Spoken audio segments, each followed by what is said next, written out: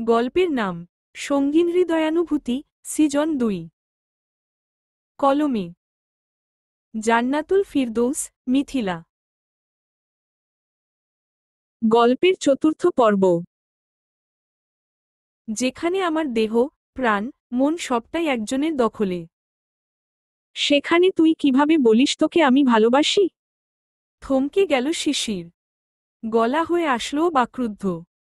মেয়েটার চোখ বেয়ে অঝরে ঝরে পড়ছে অশ্রুধারা। সে থেমে থেমে বলল, তুই আমায় ভালোবাসিস না রোদ? না। শক্ত গলায় জবাব দিল রৌদ্র। এ কথা শুনে শিশির যেন আকাশ থেকে পড়ল। সে চকিত দৃষ্টিতে তাকায় রৌদ্রের পানে। ধরে আসা গলায় বলল, তাহলে সেদিন যে বললি তুই তোর খুব কাছের একজন আত্মীয়কে ভালোবাসিস, যাকে কি না তুই ছোট থেকে চিনিস, এমনকি তার সঙ্গে নাকি জীবনের অধিকাংশ সময়ও কাটিয়েছিস, তাহলে সেগুলো কার উদ্দেশ্য বলেছিলি রোদ? আমি না হলে কে সে? রৌদ্র তীক্ষ্ণ দৃষ্টিতে তাকায় শিশিরের দিকে। তাচ্ছিল্যের সহিত বলে ওঠে, সেটা তোর না জানলেও চলবে। আপাতত আমার দুচোখের সামনে থেকে দূর হ তুই। শিশির নড়ল না, এমনকি পলকও সরাল না রৌদ্রের থেকে। মেয়েটা বুঝি স্তব্ধ হয়ে গেল। চোখের পাতা নড়ছে না, পলক পড়ছে না, কেবল মাত্র আখিদ্বয় হতে গড়িয়ে পড়ছে অশ্রুধারা। এ কি আর যেই সেই অশ্রুধারা? এই অশ্রুধারা যে মেয়েটার হৃদয় ভাঙার উপখ্যান। হয়তো হৃদয় ভাঙার ব্যথা সইতে না পেরে চোখ হতে ঝরে পড়ছে অশ্রুধারা হিসেবে। খানিক সময় বাদে মুখ খুলল শিশির। ভীত সন্ত্রস্ত চোখে তাকিয়ে জিজ্ঞেস করে, রোদ? এই রোদ, তুই আমার সাথে কোনরূপ প্র্যাঙ্ক করছিস না তো? যদি এমনটা করে থাকিস তাহলে প্লিজ বলে দে। আমি যে কথাগুলো সহ্য করতে পারছি না রে। প্লিজ বল তুই মজা করছিস। কথাগুলো বলতে বলতেই এগিয়ে আসে শিশির। হাত বাড়িয়ে রৌদ্রের এক হাত যে ইনা ছুতে যাবে তার আগেই হাতটা ছিটকে দূরে সরিয়ে নেয় রৌদ্র। নিজেও 2 কদম পিছিয়ে যায় তৎক্ষণাৎ। পরক্ষণেই মুখের আদল আরও কিছুটা শক্ত করে খেকিয়ে ওঠে। এই তোর সাহস তো কম না। আমি না করার সত্ত্বেও আমায় স্পর্শ করতে আসছিস তুই? কিছুক্ষণ আগের ঘটনা নিশ্চয়ই এত তাড়াতাড়ি ভুলে যাসনি। কান খুলে শুনে রাখো, তোর ভাগ্য ভালো তুই আমার একসময়ের বন্ধু ছিলি, কিন্তু আজকের করা তোর এমন কাজের জন্য তুই সেটাও হারালি। আর কোনোদিন আমার সামনে যাতে তোকে না দেখি। কোনোদিন না। চলে যা এখান থেকে। না হলে এখন ঘাড় ধাক্কা দিয়ে বাইরে ছুঁড়ে ফেলব। পরপর এমন শক্ত কথায় বাকহারা হয়ে দাঁড়িয়ে রইল শিশির। মেয়েটার বুঝি নিঃশ্বাসটাও আটকে আসছে এ মুহূর্তে। কানে শোনা কথাগুলোর সত্যতা মস্তিষ্ক মানতে চাইলেও মন যেন তা মানতে নারাজ। মেয়েটা অনুভূতিশূন্য দৃষ্টিতে এখনো তাকিয়ে রৌদ্রের পানে। এদিকে রৌদ্র যেন সেকেন্ডে সেকেন্ডে মেজাজ হারাচ্ছে। বারবার ঘন ঘন নিঃশ্বাস ফেলে নিজের রাগটাকে কোনোরকম বশে আনতে চাইছে ছেলেটা, কিন্তু না। কাজ হচ্ছে না। বরাবরের মতোই ছেলেটার রাগ বেশ খারাপ প্রকৃতির। এই যে এখন কেমন ফোঁস ফোঁস করে নিঃশ্বাস ফেলে যাচ্ছে। কিয়তক্ষণ পেরিয়ে যাবার পরও শিশিরকে আগের ন্যায় একই জায়গায় দাঁড়িয়ে থাকতে দেখে আরেক ধাপ মেজাজ চটে ছেলেটার। সে কোনরূপ কথা না বলে শিশিরের বাম হাতের কনুই চেপে তাকে সজোরে টেনে নিয়ে এক প্রকার ছুঁড়ে ফেলে ঘরের বাইরে। মেয়েটা প্রায় পড়তে পড়তে বাঁচল। তড়িৎ গতিতে পেছনে ফিরে রৌদ্রকে উদ্দেশ্য করে বলল, রোদ, আমার কথাটা তো একটু। তার কথা সম্পূর্ণ হবার আগেই মুখের ওপর সশব্দে দরজাটা ভেতর থেকে লাগিয়ে দেয় রৌদ্র। এহেন কাণ্ডে মেয়েটা থমকায়। ছলছল নয়নে তাকিয়ে রইল বন্ধ দরজার দিকে। কাপা কাপা হাতটা দরজার ওপরে রেখে নিজের কপালটা সেখানটায় ঠেকিয়ে দুর্বল কণ্ঠে বলতে থাকে, আমার কথাটা একটু শোন না রোদ। আমি তোকে ভালোবাসি রে, ভীষণ রকমের ভালোবাসি। তুই আমায় এভাবে ফিরিয়ে দিল যে আমি মরে যাব। একদম মরে যাব রোদ। ওপাশ থেকে শব্দ এলো না কোনো। মেয়েটা ধীরে ধীরে নিজের মাথা উঠায়। হাতের তালু দিয়ে কোনোরকমে নিজের অশ্রুসিক্ত লোচনদ্বয় মুছে নিয়ে কাঁদতে কাঁদতে নিজের ঘরের দিকে ছুটে চলে আসে শিশির। এক ছুটে ঘরে গিয়েই বিছানায় উপুর হয়ে শুয়ে পড়ে মেয়েটা। পাশ থেকে একটা বালিশ এনে সেখানে নিজের মুখটা গুজে দিয়ে কাঁদতে থাকে আপন মনে। উদ্দেশ্য কান্নার শব্দ যেন অন্য কারো কর্ণগোচর না হওয়া। মেয়েটা হেঁচকি তুলে কাঁদতে থাকে। বলতে থাকে, আমায় কেন ভালোবাসলি না রোদ? আমি কি তোকে ভালোবাসিনি? আমার চাইতেও কি তোকে অন্য কেউ বেশি ভালোবাসবে তোকে? কেন এমন করলি তুই? আপন মনে একের পর এক প্রশ্ন ছুড়ে মেয়েটা। ইস, মন ভাঙার কষ্ট এত প্রখর কেন? টানা 1 ঘন্টার গোসল সেরে মাত্র বেরুল রৌদ্র। ছেলেটার শ্যামবরণ দেহের প্রায় অনেকটা জায়গায় কেমন লাল হয়ে আছে। মুখটাও কেমন শক্ত করে ফুটিয়ে রেখেছে। চৌকস চোয়ালটা স্বাভাবিকের তুলনায় খানিকটা দৃঢ়তার। রৌদ্র ভেজা চুলগুলোকে হাত দিয়ে এলোমেলো করে পানি ঝাড়তে থাকে। আশ্চর্য! কতক্ষণ যাবৎ পানির নিচে দাঁড়িয়েছিল ছেলেটা, তবুও যেন মাথাটা ঠান্ডা হচ্ছে না তার। মাথাটায় কেমন দাউদাউ করে আগুন জ্বলছে এই মুহূর্তে। ছেলেটা ফোঁস করে নিঃশ্বাস ফেলল। চিত হয়ে হাত পা ছড়িয়ে শুয়ে পড়ল বিছানায়। ঠিক তখনই ঘরের দরজায় কড়া নাড়ানোর শব্দ হয়।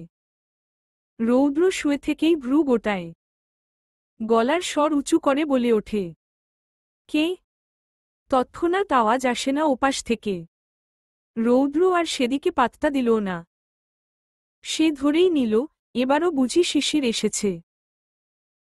তাই তো ছেলেটা চোয়াল শক্ত করে শুয়ে রইল বিছানায়। মিনিট খানেক পর আবারও দরজায় কড়া নাড়ানোর শব্দ হয়। রৌদ্র এবার মেজাজ হারায়। খালি গায়ে ছুটে যায় দরজার কাছে। দরজাটা খুলতে খুলতেই শক্ত গলায় খেকিয়ে বলে ওঠে, এই তোর লজ্জা নাই? কতবার বলেছি এখানে আসতে? কথাটা শেষ হবার আগেই থমকায় রোদ। চোখ দুটো বর্ষর করে তাকিয়ে রইল দরজার সামনে দাঁড়ানো অরিনের দিকে। মেয়েটা তার এহেন ধমকে কেমন গুটিসুটি মেরে দাঁড়িয়ে আছে মাথা নিচু করে। রৌদ্র মনে মনে আহত হল। অপরাধীর ন্যায় বলল, এই sorry. I am extremely sorry জানবাচ্চা। আমি বুঝিনি তুই এসেছিস। আমি ভেবেছিলাম। কথাটা বলতে গিয়েই থামল রৌদ্র। প্রসঙ্গ এড়াতে বলে উঠল, থাক ওসব বাদ দে। তুই কি বলতে এসেছিস সেটা বল। অরিন এবার মুখ খুলে মিনমিনে স্বরে বলল, বড় মা আপনাকে খেতে ডাকছে। রৌদ্র মাথা নাড়ায়। বলে, আচ্ছা, তুই যা, আমি আসছি। অরিন মাথা কাত করে। চলে যেতে এক কদম বাড়াতেই কি মনে করে আবারও পেছনে ফিরে মেয়েটা।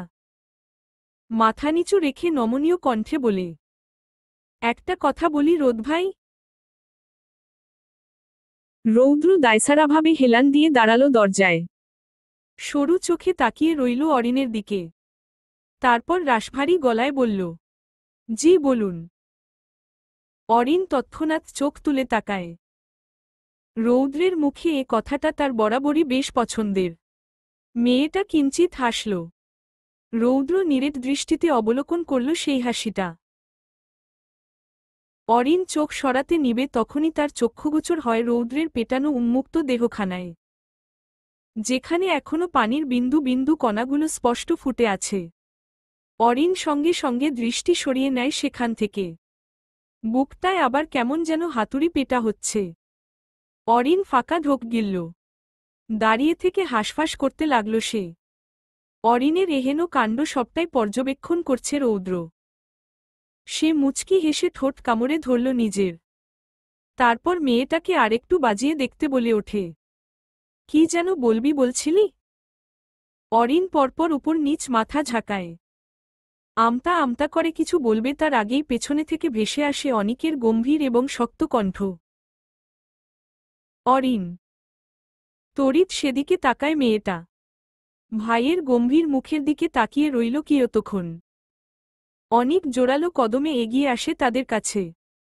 রৌদ্রের দিকে দৃষ্টিপাত না করে অরিনকে বলে, এখানে কি? ভ্রু কুচকায় রৌদ্র। অনিকের হাবভাবে বিমূঢ় হয়ে তাকিয়ে আছে সে। বোঝার চেষ্টা করছে ছেলেটার এমন কথার কারণ। অন্যদিকে অরিন চুপ করে দাঁড়িয়ে আছে মাথা নিচু করে। হয়তো উপযুক্ত কথা খুঁজছে ভাইকে বলার মতো। অনিক বোনের দিকে এক পলক তাকিয়ে আলতো করে হাত বাড়িয়ে বোনের মুখের সামনে চলে আসা চুলগুলোকে গুছিয়ে কানের পিঠে গুজে দেয়। অতঃপর বোনের গালে আলতো করে হাত রেখে গম্ভীর গলায় শুধায়, কোন কিছু অপাত্রে দান করার চাইতে নিজের কাছেই পড়ে থাকা ঢের ভালো শোনা। অরিন অবুঝের ন্যায় তাকিয়ে রইল ভাইয়ের দিকে। চোখে তার একরাশ জিজ্ঞাসা। হয়তো জানতে চাচ্ছে এতটা কঠিন কথার ভাবার্থ। অনিক বুঝল বোনের চোখের দৃষ্টি। গম্ভীর মুখের আদলে মুচকি হাসি টেনে বলল, খেতে যা বনু, আমি আসছি, খাইয়ে দিব তোকে। অরিনও আর কিছু বলল না। অবাক চোখে ভাইয়ের দিকে তাকিয়ে আলতো করে ঘাড় কাত করল। তারপর কোন প্রকার কথা না বলে চলে গেল সেখান থেকে। অরিন চলে যেতেই রৌদ্র শটান হয়ে দাঁড়ায়। হৃদয়ের মাঝে ভাঁজ ফেলে অনিককে জিজ্ঞেস করে, এই কথার মানে কি অনিক? আর তুই হঠাৎ এমন বিহেভিয়ার করছিস কেন? অনিক তীক্ষ্ণ দৃষ্টিতে তাকালো রৌদ্রের দিকে।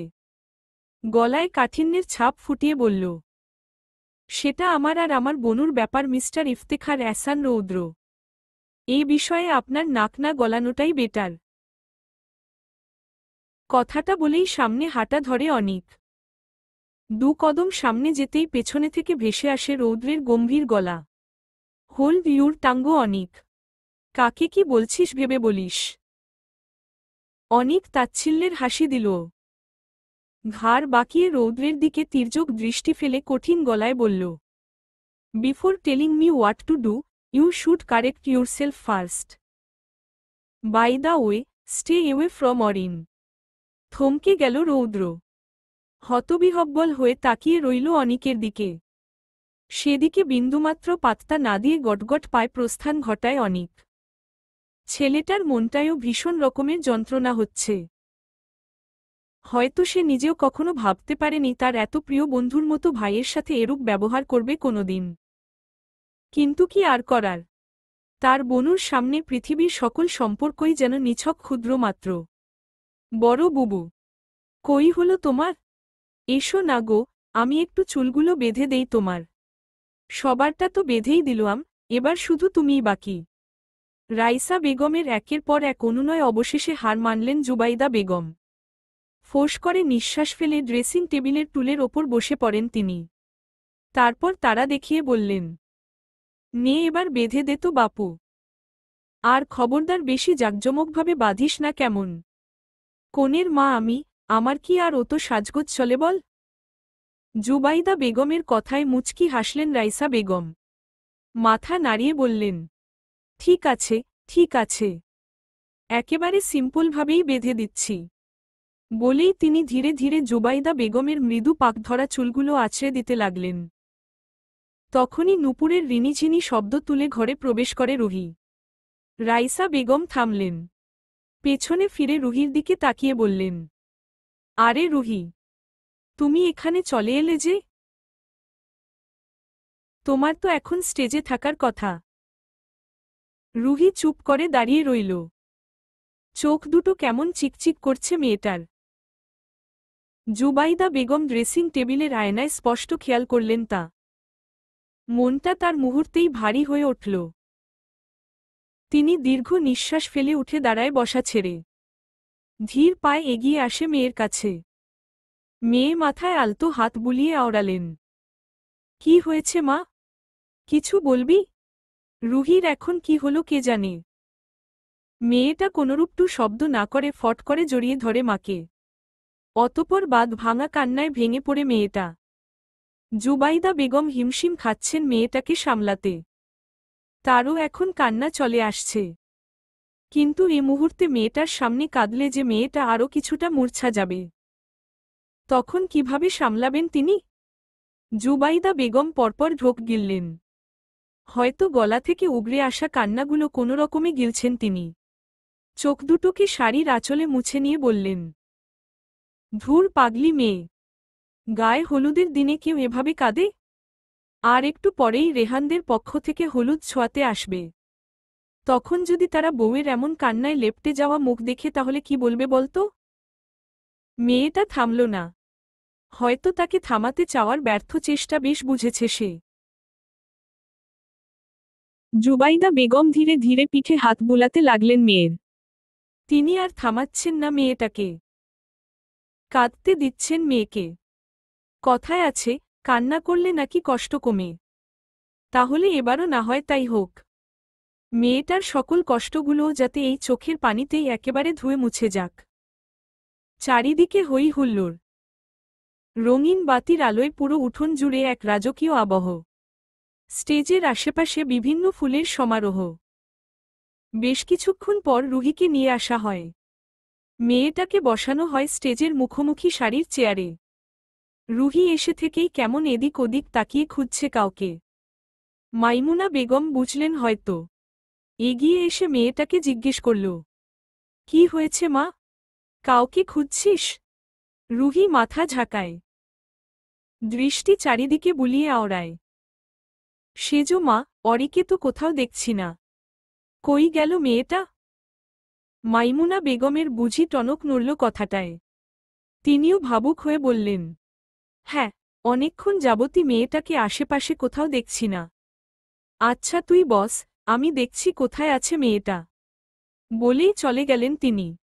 এদিকে ইতোমধ্যেই উঠোনে সবাই চলে এসেছে। ছেলেদের ড্রেস কোড আজকে একেবারেই সিম্পল। হলুদ রঙের পাঞ্জাবি আর সাদা প্যান্ট। রৌদ্র কিছুক্ষণ পর পাঞ্জাবির হাতা গোটাতে গোটাতে উপস্থিত হয় সেখানে।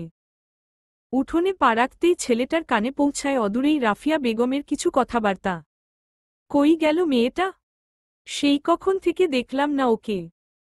হ্যাঁ রে অনি, তুই দেখেছিস বাবা? অনিক ছেলেটা চিন্তিত হয়ে ফোন দিয়ে যাচ্ছে বোনের মোবাইলে। কিন্তু ফোনটা রিং হলেও ওপাশ থেকে তুলছে না কেউ। অনিক মায়ের এহেন কথায় মাথা নাড়ায়। বলে, আম্মু, আমি ওকে লাস্ট বিকেলেই দেখেছিলাম। এরই মধ্যে মেয়েটা কই গেল? সবগুলো কথাবার্তা কানে এসে পৌঁছতেই বুকটা ধক করে ওঠে রৌদ্রের। সে দ্রুত কদমে রাফিয়া বেগমের কাছে এগিয়ে এসে বলল, মেজো মা, অরিন। রৌদ্রকে দেখেও না দেখার ভান ধরল অনিক। এদিকে রাফিয়া বেগম বিচলিত হয়ে বললেন, বাবা মেয়েটা। কথাটা শেষ হবার পূর্বেই মাইকে কেউ একজন উচ্চস্বরে বলতে শুরু করে, হ্যালো এভরিওয়ান, এই যে। সবাই এদিকে তাকাবেন প্লিজ। আপনাদের জন্য ছোট্ট একটা সারপ্রাইজ আছে, তাই আপনারা প্লিজ একটু বসুন। কিছুক্ষণের মধ্যেই আপনারা বেশ বর্ষর একটা চমক পেতে চলেছেন। স্টেজে দাঁড়িয়ে কথাগুলো বলে থামল পুতুল। ছেলেটার এহেন কাণ্ডে বিরক্ত হল রৌদ্র। এদিকে তার প্রাণকে খুঁজে পাওয়া যাচ্ছে না, আর ওদিকে ছেলেটা পড়ে আছে তার সারপ্রাইজ নিয়ে। রৌদ্র চিন্তিত হয়ে উঠোন পেরিয়ে যাবার জন্য 2 কদম বাড়াতেই থমকে গেল। অবাক চোখ তার স্টেজের ওপরে দাঁড়ানো মেয়েগুলোর দিকে। মেয়েগুলোকে স্টেজে আসতে দেখে হাফ ছেড়ে বাঁচল সবাই। চিন্তামুক্ত হলেন নিমিষেই। স্টেজে দাঁড়িয়ে আছে আহি মাহি। আর তার ঠিক সামনে পেছনে ঘুরে আছে অরিন। সকলেই তাদের দেখে একপ্রকার হুল্লোড়ে মেতে উঠেছে তৎক্ষণাৎ। পরক্ষণেই কানে আসে সাউন্ডবক্সে বাজানো গানের শব্দ। নাচো হেলিয়া নাচো গো দুলিয়া। রাখো নয়নে নয়ন। মন্ত্র পড়িয়া আগুন জ্বালাইয়া। নিশীতে আসিব যখন। দ্বিধা যত মনে রাখিও যত না। হাসি মুখে করিও বরণ। যদি অভিমানে মেঘ জমে প্রাণে। ভালোবেসে জেলো আলোড়ন। নিজ দায়িত্বে পড়ে নিয়েন। সঙ্গে সঙ্গে পেছনে ফিরে অরিন। মেয়েটা কেমন মণিমুগ্ধকর নাচের ভঙ্গি নিয়ে নেচে যাচ্ছে। আর সেদিকে তাকিয়ে থমকে গেছে রৌদ্র। বেচারা অবাকের চাইতে হয়তো শখ হয়েছে বেশি। এই যে কেমন হা করে তাকিয়ে আছে মেয়েটার দিকে। মেয়েটার ফর্সা শরীরে কাঁচা হলুদ রঙের শাড়িটা বেশ সুন্দর করে ফুটে উঠেছে। তার ওপর কোমর অবধি চুলগুলো বিনুনি গাঁথা। মেয়েটার মুখের হাসিগুলো যেন প্রাণ কেড়ে নিচ্ছে ছেলেটার। ভীষণ বাজেভাবে টানছে তাকে। রৌদ্র শুষ্ক অধর জোড়া জিভ দিয়ে খানিকটা ভিজিয়ে নেয়। না, এবার যেন তৃষ্ণাটা আরেক ধাপ বেড়ে গেল তার। বুকের ভেতরটায় আবারও কিছু একটা হাতুড়ি পেটা করছে। ছেলেটা এতটাই প্রভাবিত হয়েছে, কেননা কখন যে তার অজান্তেই তার বুকের বাপাশে তার হাতটা চলে গিয়েছে সেদিকে কোনোরকম হুঁশ নেই। সে তো মত্ত নিজের প্রেয়সীর দিকে তাকিয়ে থাকতে।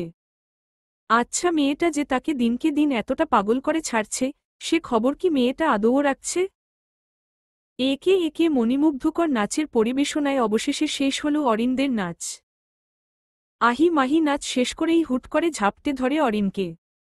বেচারি এমন হুটহাট জড়িয়ে ধরায় তাল সামলাতে না পেরে খানিকটা পিছিয়ে যায়। পরক্ষণেই নিজেকে সামলে নিয়ে দুহাতে আলতো করে জড়িয়ে ধরে দুজনকে। এরই মধ্যে রুহি কেমন ছুটে এসে ঝাপটে ধরে তাদেরকে।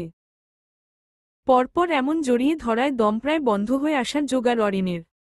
মেয়েটা হাঁসফাঁস করতে করতে ছাড়িয়ে নেয় নিজেকে। রুহি সরে দাঁড়ায়। অরিনের কনুই ধরে নিজের দিকে ফিরিয়ে উল্লাসিত কণ্ঠে বলল, মাই গড, কি নাচলি তুই অরি! আমি তো জাস্ট থান্ডার্ড হয়ে তাকিয়েছিলাম তোর দিকে। বিশ্বাস কর, আজ মেয়ে না হয়ে যদি ছেলে হতাম তাহলে এক্ষুনি তোকে কাজী অফিসে নিয়ে গিয়ে বিয়ে করে ফেলতাম। রুহির এমন কথায় মুচকি হাসল অরিন। আলতো হাতে রুহির গাল দুটো টেনে দিয়ে বলল, ইস, কি সুযোগটাই না মিস করলাম রুহি আপু। রুহিও গাল ভর্তি হাসি দিল। পরক্ষণেই আহি মাহির দিকে তাকিয়ে বলল, তোরা কি রে, আজ কি সবাই একাধারে আমাদের পাগল করার পায়তারা করছিস নাকি? এমনিতেই তোদের ওপর থেকে চোখ সরানো দেয়, তার ওপর আবার তোদের এমন নাচ। কি শুরু করলি আজ তোরা? আর এত সুন্দর নাচ শিখলিই বা কখন? মাহিরা এবার মাছি তাড়াবার ন্যায় হাত নাড়িয়ে বলল, ওহ, এইটা কোন ব্যাপারই না আমাদের কাছে। আমরা তো এমন দু-একটা নাচ এমনিতেই পারি। কথাটা শেষ হবার সাথে সাথেই পাশ থেকে আহিরা মুখ কুচকায়। বিরক্তি নিয়ে মুখ ঝামটি মেরে বলল, আরে ববাস, কে বলল কথাটা? দেখি তো ম্যাডাম আপনার মুখখানা। যেই মানুষটা কি না গত 1 মাস ধরে লুকিয়ে চুরিয়ে নাচটার প্র্যাকটিস করে এসেছে সেই বুঝি এহেন যুক্তি দাঁড় করালো? ব্যাপারটা কেমন হাস্যকর হয়ে গেল না? নিজের ভাব নেওয়া কপট কথাটা ধরা পড়ে যাওয়ায় দাঁতে জিভ কাটে মাহিরা।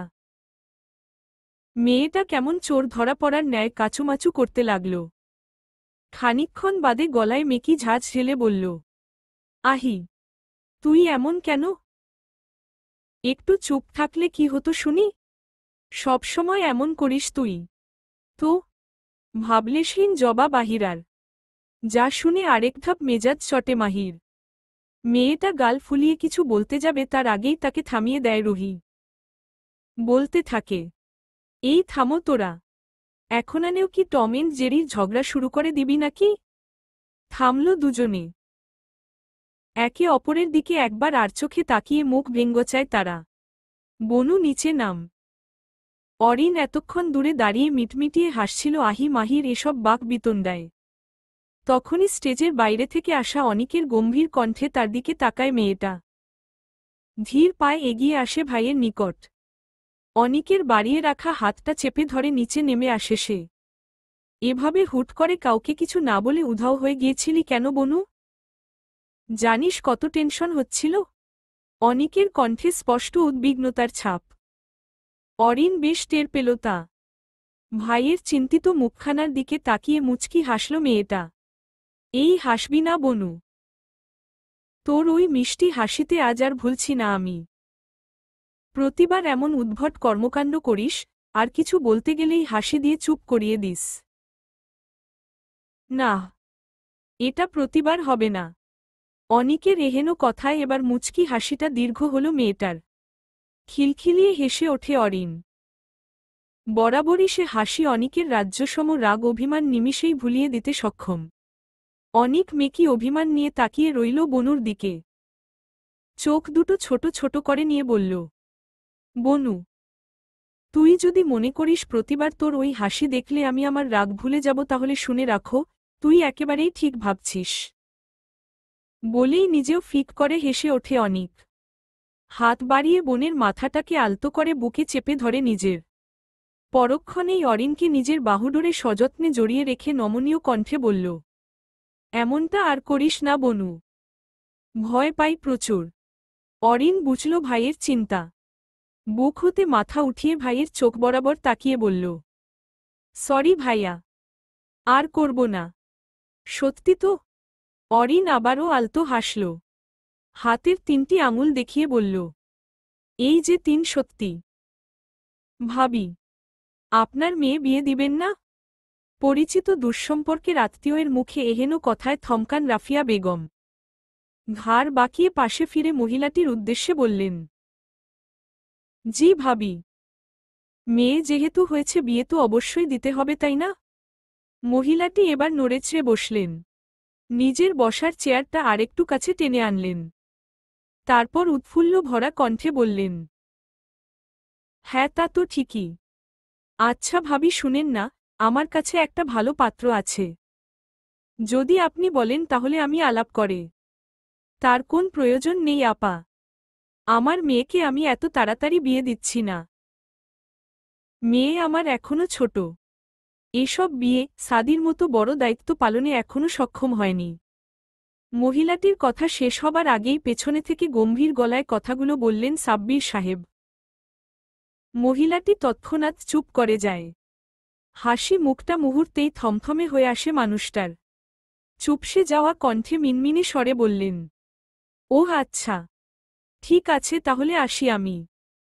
কথাটা শেষ করে এক প্রকার গটগট পায়ে চলে যান সেখান থেকে। পাশে বসা রাফিয়া বেগম মহিলাটিকে আটকাতে যাবেন কিন্তু পরক্ষণেই স্বামীর চোখের ইশারায় আর তা করলেন না। সাব্বির সাহেব এগিয়ে এলেন। স্ত্রীর পাশে বসতেই শুনতে পেলেন স্ত্রীর ঝাঝালো কণ্ঠ, এ কেমন ব্যবহার বলো তো? মানুষটা শুধু একটা কথা বলতে চাইলেন আর তুমি তার মুখের ওপর এসব বলে দিল। মানুষটা কি ভাবল মনে মনে? সাব্বির সাহেব ভ্রুকুটি করে তাকিয়ে রইলেন স্ত্রীর পানে। পরক্ষণেই বললেন, কে কি ভাবল তাতে আমার কিছুই যায় আসে না রাফু। আমার মেয়েকে আমি কিছুতেই এত তাড়াতাড়ি বিয়ে দেবও না। সে যতই নবাব পুত্র কিংবা রাজপুত্র আসুক না কেন। স্বামীর এরূপ কথার পিঠে আর কিছু বলার মতো খুঁজে পেলেন না রাফিয়া বেগম। শুধু একটা ক্ষুদ্র নিঃশ্বাস ফেলে অন্যদিকে তাকিয়ে রইলেন তিনি। রুহির শ্বশুর বাড়ি থেকে মানুষজন এসেছে মেয়েটাকে হলুদ ছোঁয়াতে। একে একে সকলেই রুহিকে হলুদ ছোঁয়ায়। সবার শেষে রৌদ্র আসে। বোনকে আলতো করে হলুদ ছুঁয়ে পকেট থেকে রুমালটা বের করে। তারপর রুমালটা দিয়ে বোনের মুখটা কোনো রকমে মুছে দেয়। রুহি ভাইয়ের এহেন কাণ্ডে মুগ্ধ চোখে হাসল। আসলেই তার অনেকক্ষণ যাবৎ অস্বস্তি হচ্ছিল মুখের ওপর এতগুলা হলুদ দেওয়াতে। কিন্তু মুখ ফুটে কোন কিছু না বলতেই তার ভাইটা কেমন বুঝে গেল সবটা। এসব ভাবতে ভাবতেই রুহির মনটায় আবারও বিষাদের ছায়া নেমে আসে। মুখটা হয়ে ওঠে অন্ধকারাচ্ছন্ন। চোখ দুটোর কোটর কেমন টৈটম্বুর হয়ে উঠেছে জলে। রৌদ্র সবটাই খেয়াল করল সতর্ক চোখে। ক্ষুদ্র একটা নিঃশ্বাস ফেলে আলতো করে হাত রাখে বোনের মাথার ওপর। বলল, কাঁদে না বুড়ি। ভাইয়া আছি না? আর তোকে তো দূরে কোথাও বিয়ে দিচ্ছি না সোনা। যখনই বাড়ির মানুষদের কথা মনে পড়বে রেহানকে বলবি না হয় আমায় বলবি। গিয়ে নিয়ে আসব তোকে। কেমন? ভাইয়ের এমন আশ্বাস দিয়ে বলা কথায় মন খারাপ খানিকটা ঘুচে গেল রুহির। ভেজা চোখে আলতো হাসল মেয়েটা। পরক্ষণেই হুট করে জড়িয়ে ধরে ভাইয়ের কোমর। রুহির সারা শরীরে হলুদ লেগে থাকায় রৌদ্রের কাপড়েও নিমিষেই দাগ বসে যায়। তবুও সেদিকে বিন্দুমাত্র তোয়াক্কা নেই রৌদ্রের। সেও বোনকে আলতো হাতে জড়িয়ে রেখেছে নিজের সঙ্গে। পাশ থেকে কুহেলি রুহিকে সতর্ক করার জন্য মুখ খুলবে তার আগেই রৌদ্র তাকে হাতের ইশারায় থামিয়ে দেয়। কুহেলিও চুপসানো মুখে বসে রইল নিজ জায়গায়। খানিকক্ষণ সময় বাদে নিজ থেকে সরে আসে রুহি। ভাইয়ের দিকে চোখ পড়তেই জিভে দাঁত কাটে মেয়েটা। ঈষৎ হলুদ পাঞ্জাবিটায় কাঁচা হলুদ লাগায় লাল হয়ে দাগ বসে গেছে বিভিন্ন জায়গায়। রুহি মনে মনে অপরাধবোধ করল। মলিন মুখে ভাইয়ের দিকে তাকিয়ে মিনমিন করে বলল, সরি ভাইয়া। আসল। রুহির কথার মাঝেই তাকে থামিয়ে দেয় রৌদ্র। মুচকি হেসে বোনের গালে হাত রেখে বলল, কিচ্ছু হবে না বুড়ি, তোর সরি বলতে হবে না। রুহিও কৃতজ্ঞ হাসল ভাইয়ের প্রতি। তাকিয়ে রইল ভাইয়ের স্নিগ্ধ সুশ্রী মুখখানার পানে। না জানি আবার কবে এতটা কাছ থেকে ভাইকে দেখবে সে। অনি ভাইয়া, কোথায় নিয়ে যাচ্ছ আমায়? ওদিকে সবাই হয়তো খুঁজছে আমায়। উঠোন জুড়ে মানুষের বিচরণ। কেউ কেউ গানের তালে নাচছে, আবার কেউ হয়তো খানাপিনায় মত্ত। এরই মধ্যে অনিক এসে কিছু না বলে হুট করে তাকে একপ্রকার টেনে নিয়ে চলে আসে বাড়ির ভেতরে। মেয়েটা সেই কখন থেকে জিজ্ঞেস করেই যাচ্ছে ছেলেটাকে, কিন্তু ছেলেটা মুখ খুললে তো। রুহি এবার খেয়াল করল অনিক তাকে ছাদের দিকে নিয়ে যাচ্ছে। রাত বাজে 11:30। এত রাতে এমন করে ছাদের দিকে নিয়ে যাওয়ায় ভ্রুকুচকায় রুহি। আবারও জিজ্ঞেস করে, ভাইয়া, এত রাতে ছাদে কেন নিচ্ছ? অনিক থামল এবার। রুহিকে ছাদের দরজার সামনে দাঁড় করিয়ে মিটমিট করে হাসছে ছেলেটা। রুহি ভরকায়। ক্ষুদ্র চোখে অনিকের দিকে তাকিয়ে প্রশ্ন ছুড়ে, এমন মিটমিট করে হাসছ কেন তুমি? দেখো ভাইয়া, প্লিজ মজা করো না। বলো না কেন এনেছ আমায়? অনিক হাত দেখিয়ে থামায় রুহিকে। হাসি হাসি মুখে শুধায়, তোর জন্য ছোট্ট একটা সারপ্রাইজ আছে বুড়ি। রুহি অবাক হয়। গলায় একরাশ অবাকের ছাপ ঢেলে বলল, এই বিদঘুটে অন্ধকার ছাদে আবার কেমন সারপ্রাইজ? কই, আমার তো চোখে পড়ছে না কিছু। অনিক ফোঁস করে নিঃশ্বাস ফেলল। হাত দিয়ে মৃদু কপাল চাপড়িয়ে বলল, ক্ষমা দে বইন। এত প্রশ্ন করলে কিভাবে বলবো বলতো? আমার কাজ শুধু এখান অবধি নিয়ে আসা ছিল। বাকিটা যে দেব আর সেই দিবে। অনিকের এহেনো প্যাচালো কথায় আগা মাথা খুঁজে পেল না বোকা রুহি। সে বোকা গলায় বললে, মানে? কে দেব? অনিক হাত বাড়িয়ে অদূরে ইশারা করে। রুহিও সেদিকে লক্ষ্য করে, কিন্তু না। অন্ধকারে তেমন কিছুই পরিলক্ষিত হচ্ছে না মেয়েটার। রুহিও পাশ ফিরতে ফিরতে সন্দিহান গলায় শুধায়, কিন্তু ওখানে তো কিছুই। কথাটা মাঝপথেই আটকে আসে মেয়েটার। পাশে অনিক তো ধুর, অনিকের টিকিটারও খোঁজ নেই। মেয়েটা এবার সত্যি ভয় পেল। ভয়াতুর গলায় আশেপাশে নজর বুলিয়ে ডাকল, অনি ভাইয়া, কোথায় গেলে?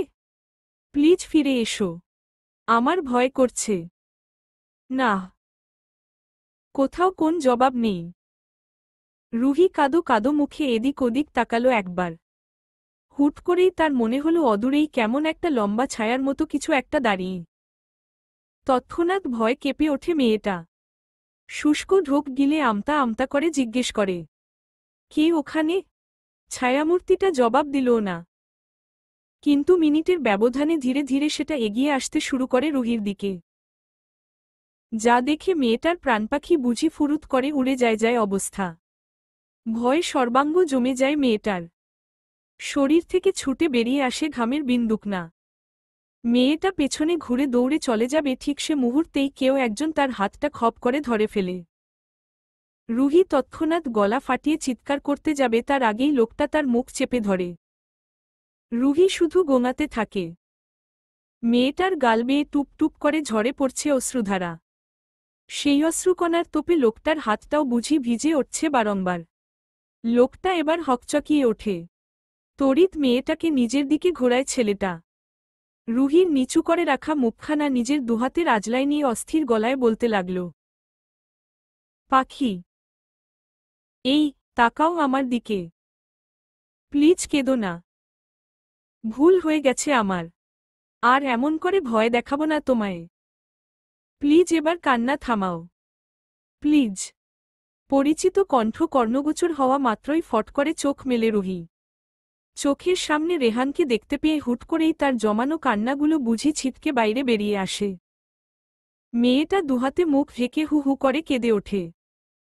তা দেখে অস্থির হল রেহান। বিচলিত গলায় বলল, রুহি, জান আমার, প্লিজ কেঁদো না। দরকার হয় আমায় দুটো থাপ্পড় মারো, তবুও তুমি কেঁদো না। এই শুনছ? রুহি এবার কান্না থামিয়ে নাক টানে।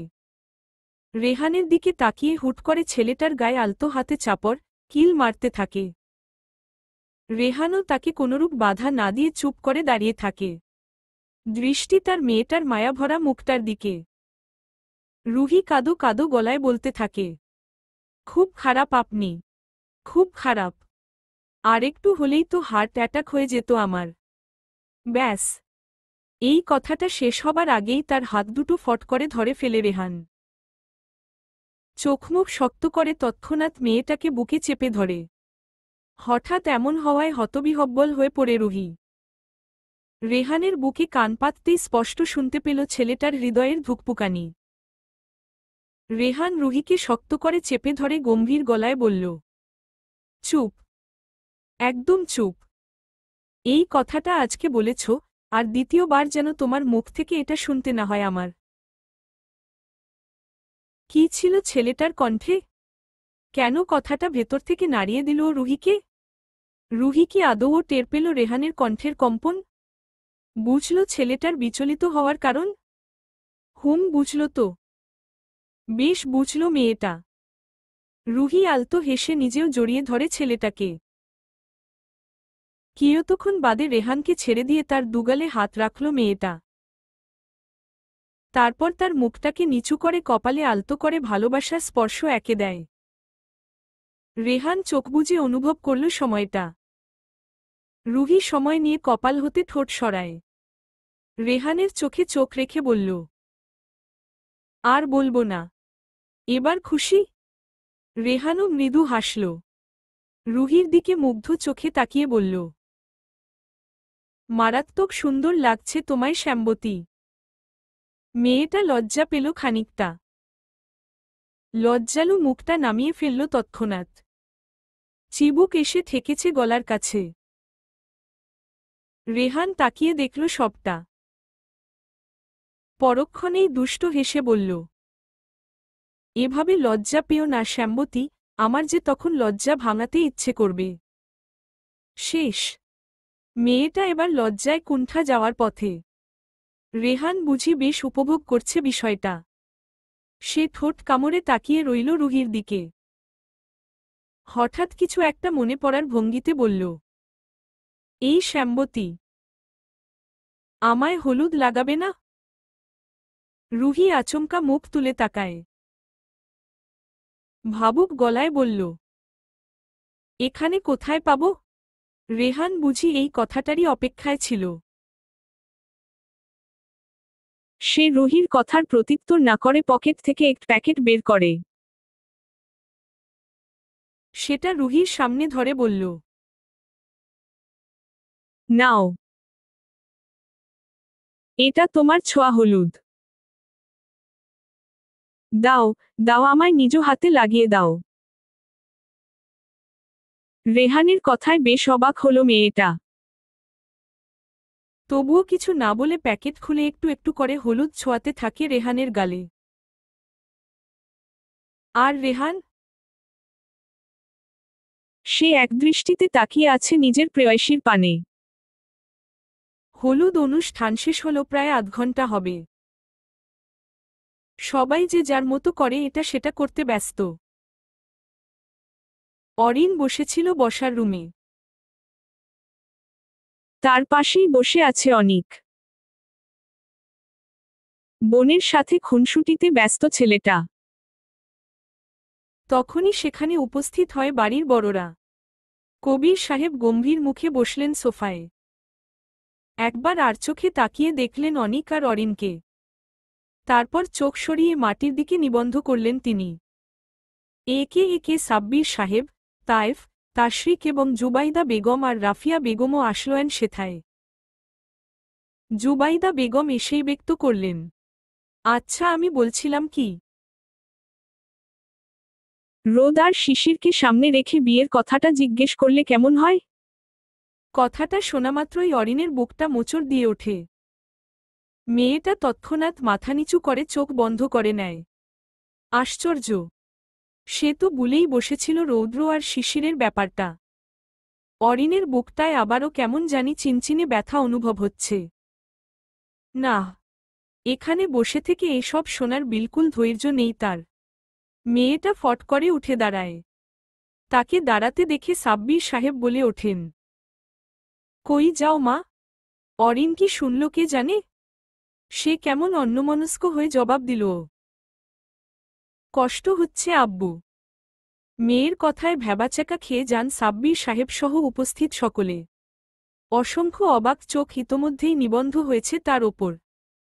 কবির সাহেব গম্ভীর গলায় শুধালেন, মানে? তৎক্ষণাৎ সম্বিত ফিরে পায় অরিন। মনে পড়ে যায় কিছুক্ষণ আগের বলা কথাটা। মেয়েটা প্রায় সঙ্গে সঙ্গেই কথাটাকে ঘুরিয়ে দিয়ে বলে ওঠে, মানে বড় আব্বু, শাড়ি পরে থাকতে কষ্ট হচ্ছে আমার, তাই চলে যাচ্ছি চেঞ্জ করতে। এরূপ কথায় সকলেই যেন হাফ ছেড়ে বাঁচলেন মুহূর্তেই। অরিনও আর কিছু না বলে চলে যায় সেখান থেকে। এতক্ষণ পাশে বসে চুপচাপ সবটা পরখ করছিল অনিক। আর কেউ না জানুক সে তো বোঝে বোনের মনের অবস্থা। ছেলেটা মুখের সামনে হাত ঠেকিয়ে বসেছিল এতক্ষণ। কিন্তু এখন আর বসে থেকে এসব শুনতে ইচ্ছে করছে না তার। সে চট করে উঠে দাঁড়ায়। সবার উদ্দেশ্যে বলে, ফ্রেশ হতে যাচ্ছি। বলেই এক প্রকার হন্তদন্ত হয়ে সেখান থেকে চলে আসে ছেলেটা।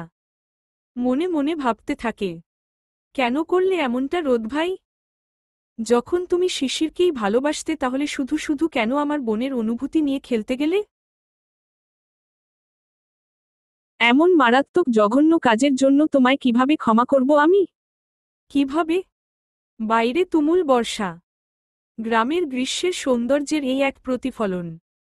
কখন যে কাল বৈশাখীর ঝড় নেমে আসবে তা বলা মুশকিল। এই যেমন আজকের ব্যাপারটাই ধরুন না।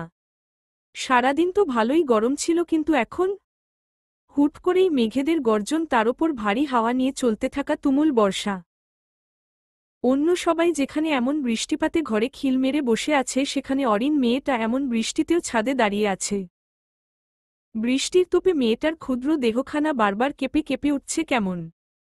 হাত পা মুখ ইতোমধ্যেই হয়ে উঠেছে ফ্যাকাশে। মেয়েটার চোখ থেকে গড়িয়ে পড়া অশ্রুকণাগুলো বেশ ভালো উপায়ই পেয়েছে নিজেদের ঝরতে দেবার। এই যে এখন তারা আপন মনে ঝরছে, বৃষ্টির পানিতে মিশে যাচ্ছে একাকার হয়ে। বোঝবার জো নেই কোনটা অশ্রু ফোঁটা, কোনটা বৃষ্টির ফোঁটা। তখনই আরেক বিকট শব্দ তুলে মেঘ গর্জন তুলে। অরিনও খানিকটা কেঁপে ওঠে, ছাদের রেলিংটা আঁকড়ে ধরে দাঁড়িয়ে থাকে। কেন জানি মনটা আজকে তার কিছুতেই বাদ মানছে না, কিছুতেই শান্ত হচ্ছে না। বুকের খাঁচায় লুকায়িত হৃদয়টা আজ বেশ পুড়ছে মেয়েটার। সেই পোড়ার দহন এতটাই বেশি যে ঝড়ে পড়া বৃষ্টির শীতল স্পর্শগুলোও তা শান্ত করতে বরাবরই ব্যর্থ হচ্ছে। অরিন চোখ বন্ধ করে ফুপাতে থাকে। ঠিক তখনই তার ডান হাতের কনুই ধরে কেউ তাকে পেছনে ঘোরায়। অরিন হকচকিয়ে ওঠে। চোখ মেলে সামনে তাকাতেই দেখতে পায় রৌদ্রের বৃষ্টি ভেজা মুখখানা। পরক্ষণেই কানে আসে রৌদ্রের খেকিয়ে ওঠা কণ্ঠ, এই, তুই এত বৃষ্টির মধ্যে এখানে দাঁড়িয়ে আছিস কেন? তোর না বৃষ্টিতে ভিজলে সর্দি লাগে, জ্বর আসে তাহলে? এখানে দাঁড়িয়ে থেকে অসুস্থ হবার ইচ্ছা তোর? অরিন নিশ্চুপ, নির্বিকার ভঙ্গিতে তাকিয়ে রইল রৌদ্রের পানে। রৌদ্র অরিনের এহেন হাবভাবে ভ্রুকুটি করে তাকায়। আবারও বলে ওঠে, এভাবে তাকিয়ে আছিস কেন? কি বলছি শুনতে পাসনি? না। এবারও জবাব দিল না মেয়েটা। রৌদ্র এবার মেজাজ হারায়। নিজ থেকে অরিনের ঠান্ডা হাতের কবজি চেপে ধরে তাকে নিজের সঙ্গে নিয়ে যেতে নিবে তার আগেই পেছনে থেকে ভেসে আসে অরিনের শক্ত কণ্ঠ, হাত ছাড়ুন। থমকায় রৌদ্র। কানে হয়তো ভুল শুনেছে বিধায় সন্নিগ্ধ কণ্ঠ ফুঁড়ে বেরিয়ে আসে একরাশ অবাকের ছাপ। কি বললি? হাত ছাড়ুন। অরিনের আগের ন্যায় শক্ত কণ্ঠ। রৌদ্র অবাক হয়। পরক্ষণেই মুখের আদল শক্ত করে গম্ভীর গলায় বলল, ছাড়ব না। ভেতরে চল আমার সাথে। অরিন এবার নিজের সকল ধৈর্যর বাঁধ ভাঙল যেন। এক ঝটকায় রৌদ্রের হাতটাকে নিজের হাত থেকে সরিয়ে দিয়ে এগিয়ে আসে মেয়েটা। রৌদ্রের বুকের ওপর হাত দিয়ে ঠেলে ঠেলে বলতে লাগল, কেন কেন যাব আপনার সাথে আমি? কেন শুনব আপনার কথা? কেন প্রতিবার আমার ওপর এমন অধিকার খাটাতে আসেন আপনি? কেন আসেন উত্তর দিন আমায়। অরিনের এহেন কাণ্ডে যারপরনাই অবাক হল রৌদ্র। মেয়েটার এমন রণচণ্ডী ভাবখানা এই প্রথম দেখল সে। অবাক কণ্ঠ ফুঁড়ে বেরিয়ে আসে কথা, অরি, তুই ঠিক আছিস? থামল না অরিন। সে কণ্ঠে আরেক ধাপ ঝাঁঝ এনে বলল, না ঠিক নেই। পাগল হয়ে গেছি আমি। একদম পাগল। তো তাতে আপনার কি? অরিন এক প্রকার চেঁচিয়ে উঠে কথাটা বলল রৌদ্র। কিন্তু তা শুনে দমল না অরিন। মেয়েটা আবারও জোর গলায় বলল, don't shout on me mister Roudra. Put your voice down. Roudra বুঝি এবার আকাশ থেকে পড়ল। এ কোন অরিনকে দেখছে সে? মেয়েটার কণ্ঠে আজ কেন কোনরূপ ভয়ডর নেই? কেন সেই পরিচিত কোমলতা নেই? রৌদ্র অরিনের চোখ দুটোর দিকে লক্ষ্য করল। তৎক্ষণাৎ হতবাক হয়ে গেল ছেলেটা। এ কি দেখছে সেই চোখে? এই চোখ কার? এটা কি সত্যি তার অরিন? যেই চোখে সবসময় তার জন্য মুগ্ধতা বই কি আর কিছুই দেখা যেত না, আজকে কেন সেই চোখে একরাশ ঘৃণার দেখা মিলছে? কেন মুগ্ধতাকে ছাপিয়ে ঘৃণার উৎপত্তি হল? কি অপরাধ তার? রৌদ্র বহু কষ্টে নিজেকে সামলায়। অরিনের দিকে এগিয়ে আসতে যাবে তার আগেই মেয়েটা তাকে হাত দেখিয়ে থামিয়ে দেয়। রৌদ্র সেখানে দাঁড়িয়ে পড়ে। ছেলেটা এবার আহত গলায় বলল, কেন করছিস এমনটা জানবাচ্চা? কি করলাম আমি? এমন মুহূর্তে না চাইতেও তাচ্ছিল্যের হাসি ফুটে উঠল অরিনের ঠোঁটে। মেয়েটা তার রক্তবর্ণ দৃষ্টি তাক করে রৌদ্রের ওপর। পরক্ষণেই শক্ত গলায় বলল, বেশ ভালো অভিনেতা আপনি ডাক্তার সাহেব। কি সুন্দর করে মনের মাঝে একজনকে রেখে মুখে মুখে আমার নামে বুলি আওড়ান। বাহ, বেশ তো। থামল অরিন। ভেজা কম্পিত শরীরটা নিয়ে আরেকটু এগিয়ে আসে সে। রৌদ্রের দিকে তাকিয়ে আবারও বলল, নিঃসন্দেহে আপনি ভালো অভিনয় জানেন ডাক্তার সাহেব। কি সুন্দর করে আপনার চোখ দুটোকে অভিনয় শিখিয়ে দিলেন। তারা কেন আমার জন্য মুগ্ধতা দেখাচ্ছে? আমি কেন তাদের মাঝে নিজের জন্য একরাশ মায়া দেখতে পাই ডাক্তার সাহেব? কেন পাই? আপনি তো বরাবরই বলেছেন আপনি আমায় ভালোবাসেন না। তবুও কেন আপনার চোখ দুটো আমার জন্য এমন অনুভূতি প্রকাশ করে? কেন তারা আপনার মুখের বুলি মানতে নারাজ? নাকি আপনি তাদের শিখিয়ে পড়িয়ে দিয়েছেন এমনটা করতে? ও ডাক্তার সাহেব, আপনার প্রতিটি স্পর্শে আমি কেন এক অচেনা টান অনুভব করি? কেন সেই স্পর্শে দায়িত্ব, কর্তব্য ছাপিয়ে এক অন্যরকম অনুভূতির টের পাই? কেন পাই বলুন না? আপনি তো আমায় ভালোবাসেন না ডাক্তার সাহেব। তাহলে তাহলে আপনার প্রতিটি স্পর্শ, আপনার চোখের ভাষা আমায় কেন অন্য কথা বোঝায়? আপনি কি মনে করেন আমি অরিন এতটাই অবুঝ? আমার মধ্যে হৃদয় নেই?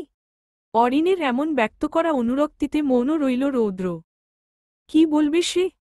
বলার কোন নতুন ভাষা কি আদৌ জানা আছে তার? ছেলেটার বুকটা কেমন কেঁপে উঠছে বারবার। গলাটাও ধরে আসছে হঠাৎ করে। চাইলেও পারছে না কিছু বলতে। ভাব এমন, কেউ বুঝি তার গলাটা সজোরে চেপে ধরে রেখেছে। অরিন রৌদ্রের মৌনতা দেখে আবারও তাচ্ছিল্য ভরা হাসি দিল। বলল, আমি তো আপনাকে বলেই দিয়েছিলাম ডাক্তার সাহেব, আমি অরিন আর কোনোদিনই নিজের ভালোবাসার বহিঃপ্রকাশ ঘটাব না আপনার সামনে। কখনোই ভালোবাসার দোহাই দিয়ে আটকাব না আপনায়।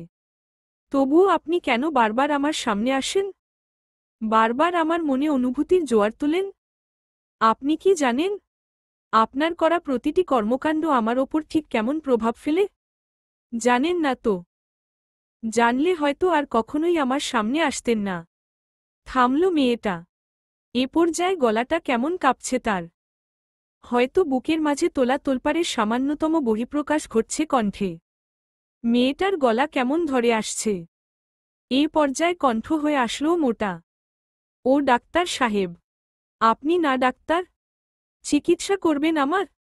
আমি না ভীষণ রকমের অসুস্থ। আমার এই বুকটা আছে না, ভীষণ যন্ত্রণা হয় এখানে।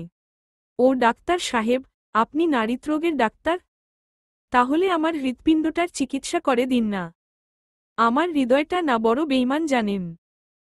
বেইমানটা থাকে আমার দেহের খাঁচায় অথচ নাম জপে কেবলমাত্র আপনার। এমন হলে কিভাবে হয় বলুন? আমি যে আর পারছি না এগুলো সহ্য করতে। দয়া করুন একটু আমার ওপর। এই প্রথম আপনার কাছ থেকে কিছু চাইছি। আমায় আবার ফিরিয়ে দেবেন না যেন। না হলে একদম মরে যাব ডাক্তার সাহেব। একদম মরে যাব। কথাটা শেষ হবার সাথে সাথেই হুহু করে কেঁদে ওঠে মেয়েটা। আজ বুঝি কান্নারা আর বাঁধ মানতে চাইছে না তার। মানবেই বা কিভাবে? প্রিয় মানুষটার পাশে অন্য কাউকে ভাবার ন্যায় কষ্ট কি আর কোথাও আছে? রৌদ্র নির্বাক হয়ে দাঁড়িয়ে আছে। চোখ তার মেঝেতে নিবন্ধ। হয়তো সেখান থেকেও গড়িয়ে পড়ছে কয়েক ফোঁটা নোনা জল। হয়তো তাদের ভিন্ন রং হয় না বিধায় বৃষ্টির পানিতে মিশে গিয়েও টের পাওয়া যাচ্ছে না তেমন। না হলে যে কেলেঙ্কারি হতো। অরিন এবার এগিয়ে এসে রৌদ্রের শার্টের কলার চেপে ধরে। জুড়িয়ে আসা কণ্ঠে বলতে থাকে, কেন করলেন এমনটা আমার সাথে? কেন অন্য কাউকে ভালোবেসে আমার প্রতি সহমর্মিতা দেখাতে এসেছিলেন? এই ডাক্তার সাহেব, আমায় কেন একটু ভালোবাসলেন না আপনি? কেন বাসলেন না ভালো? প্লিজ একটু সাহায্য করুন আমায়। হয় আমায় মেরে ফেলুন, না হয় প্লিজ আমার সামনে থেকে দূরে চলে যান। কেননা আপনাকে চোখের সামনে অন্য কারো হতে দেখার মতো ক্ষমতা যে আমার নেই। এর চেয়ে ভালো আমার মৃত্যু হোক। অরিন এবার সরে আসে। কাপা কাপা পায়ে চলে যেতে নিলে পেছনে থেকে বাহাতের কবজি চেপে ধরে রৌদ্র। অরিনের পাদুটো থমকায়। ভেঙে আসা কণ্ঠে কিছু বলতে যাবে তার আগেই কর্ণগোচর হয় রৌদ্রের কণ্ঠ। আমায় ফেলে কোথায় যাবি তুই? তড়িৎ পেছনে ফিরে অরিন। সন্নিগ্ধ চোখে রৌদ্রের দিকে তাকাতেই হেঁচকা টানে তাকে নিজের বুক পিঞ্জরে আটকে ফেলে রৌদ্র। অরিন হতবুদ্ধির ন্যায় তাকিয়ে রইল শুধু। পরক্ষণেই কানে আসা রৌদ্রের অদ্ভুত মায়াভরা কণ্ঠ। তোর আগে আমার মৃত্যু হোক সানশাইন। তোর সকল দুঃখ আমার হোক। অরিন নিশ্চুপ। অবাক হয়ে শটান দাঁড়িয়ে আছে মেয়েটা। হয়তো ভাবছে এটা কোন স্বপ্ন নয়তো। রৌদ্র এবার অরিনের মাথাটা বুক হতে উঠায়। নিজের দুহাতের আজলায় মেয়েটার ফ্যাকাশে হয়ে আসা মুখখানা নিয়ে বলল, ভালোবাসি তোকে সানশাইন। ভীষণ ভালোবাসি। যেদিন থেকে বুঝতে শিখেছি ভালোবাসা কি, সেদিন থেকেই ভালোবাসি তোকে। আমার অতীত, বর্তমান সবটা জুড়ে বিচরণকারী একমাত্র মেয়েটাই তুই সানশাইন। আমার এই মনের মণিকোঠায় খোদাই করা নামটা কেবল তোর। তুই ছাড়া এই রৌদ্র আর কারোর না সানশাইন। বিশ্বাস কর। আমার ভালোবাসা, আমার অনুভূতি, আমার হৃদয় সবটা জুড়েই শুধু তুই সানশাইন। এই সানশাইন। বল না, আমার হবি তুই? অরিন থমকায়। চোখের পলক ফেলতেও ভুলে যায় মেয়েটা। সে কেমন অবাক চোখে তাকিয়ে রইল রৌদ্রের চোখের দিকে। যেখানে নেই কোন ছলচাতুরি, নেই কোন মিথ্যার ছাপ। আছে শুধু একরাশ মায়া, অনুভূতি। অরিন ভেঙে আসা গলায় থেমে থেমে বলল, আমি কোন স্বপ্ন দেখছি না তো ডাক্তার সাহেব? চোখ মেলে তাকালেই সবটা হারিয়ে ফেলব না তো? মেয়েটার এহেন কথায় ভেজা চোখে হাসল রৌদ্র। মেয়েটার মুখটা আরেকটু সামনে এনে কপাল বরাবর ঠোঁট ছুঁয়ে দিল ছেলেটা। অরিনও কেমন আবেশে চোখ বন্ধ করে ফেলল। রৌদ্র বেশ খানিকটা সময় নিয়ে ঠোঁট সরাল সেখান থেকে। তারপর বলে ওঠে, আর কিচ্ছুটি হারাবে না সানশাইন। একবার যেহেতু তুই পেয়েই গিয়েছিস সবটা, তখন আর নতুন করে কিছুই হারাতে দিব না তোর থেকে। কথা দিলাম। আকাশ ভেঙে বৃষ্টি পড়ছে। সেই সাথে চলছে শীতল দমকা হাওয়া। অন্ধকার ছাদে মুখোমুখি হয়ে দাঁড়িয়ে আছে একটি প্রেমিক যুগল। দুজনের মুখে টু শব্দ অবধি নেই। অথচ এহেন নীরবতাতেও যেন বহু কথা চলছে তাদের মাঝে। রৌদ্র মুগ্ধতা মিশ্রিত নয়নে একদৃষ্টিতে তাকিয়ে আছে তার সামনে দাঁড়ানো ভিজে জবুথবু হয়ে যাওয়া মেয়েটির দিকে। মনটা তার এখন ভীষণ রকমের অস্থির। এতদিন না হয় মেয়েটাকে নিজ থেকে কাছে টানেননি, ভালোবাসি বলেনি, কিন্তু আজকে তো মেয়েটার সামনে সবটাই স্বীকার করতে হলো তার। ভালোবাসার এহেন উপখ্যানের পরও মেয়েটার থেকে দূরত্ব কিভাবে বজায় রাখবে সে? রৌদ্র ফাঁকা ঢোক গিলে পলকহীন চোখে তাকিয়ে দুই আঙুলের সাহায্যে অরিনের চিবুকটা ধীরে ধীরে উঁচু করে তোলে। মেয়েটার আখিদয় বন্ধ করে রাখা, তিরতির করে কাঁপছে তার গোলাপের পাপড়ির ন্যায় অধর জোড়া। চোখের বন্ধ পাতা দুটো কেমন ক্ষণে ক্ষণে কাঁপছে মেয়েটার। এমন দৃশ্যে রৌদ্রের হৃদয়স্পন্দন বুঝি তোড়াক করে বেড়ে গেল কিছুটা। ছেলেটার নিঃশ্বাসের গতি বেড়ে আসে মুহূর্তেই। রৌদ্র কেমন অস্থির গলায় শুধায়, এতটা পাগল করিস না সানশাইন। চট করে চোখ খোলে অরিন। রৌদ্রের ঘোরলাগা নয়নে চোখ পড়তেই মুহূর্তে জমে যায় মেয়েটা। পরক্ষণেই তার কানে আসে রৌদ্রের কণ্ঠ, ঘরে চল সানশাইন। এখানে আর কিছুক্ষণ দাঁড়িয়ে থাকলে তোর শরীর খারাপ হবে নির্ঘাত। অরিন হালকা মাথা কাত করে। রৌদ্রের হাতে হাত রেখে ছাদ থেকে নিচে নেমে আসে। খানিকক্ষণ পর রৌদ্র অরিনের রুমের সামনে এসে দাঁড়ায়। আশেপাশে একবার সতর্ক নজর বুলিয়ে অরিনকে রুমে ঢোকায়। তারপর বলে, তুই ফ্রেশ হ, আমি আসছি কিছুক্ষণ পর। কেন? রৌদ্রের কথার পিঠে ফট করে কথাটা বলে ওঠে অরিন। পরক্ষণেই নিজেকে শুধরে নিতে মিনমিনে স্বরে বলল, না, মানে এত রাতে? রৌদ্র এহেন কথায় মুচকি হাসল।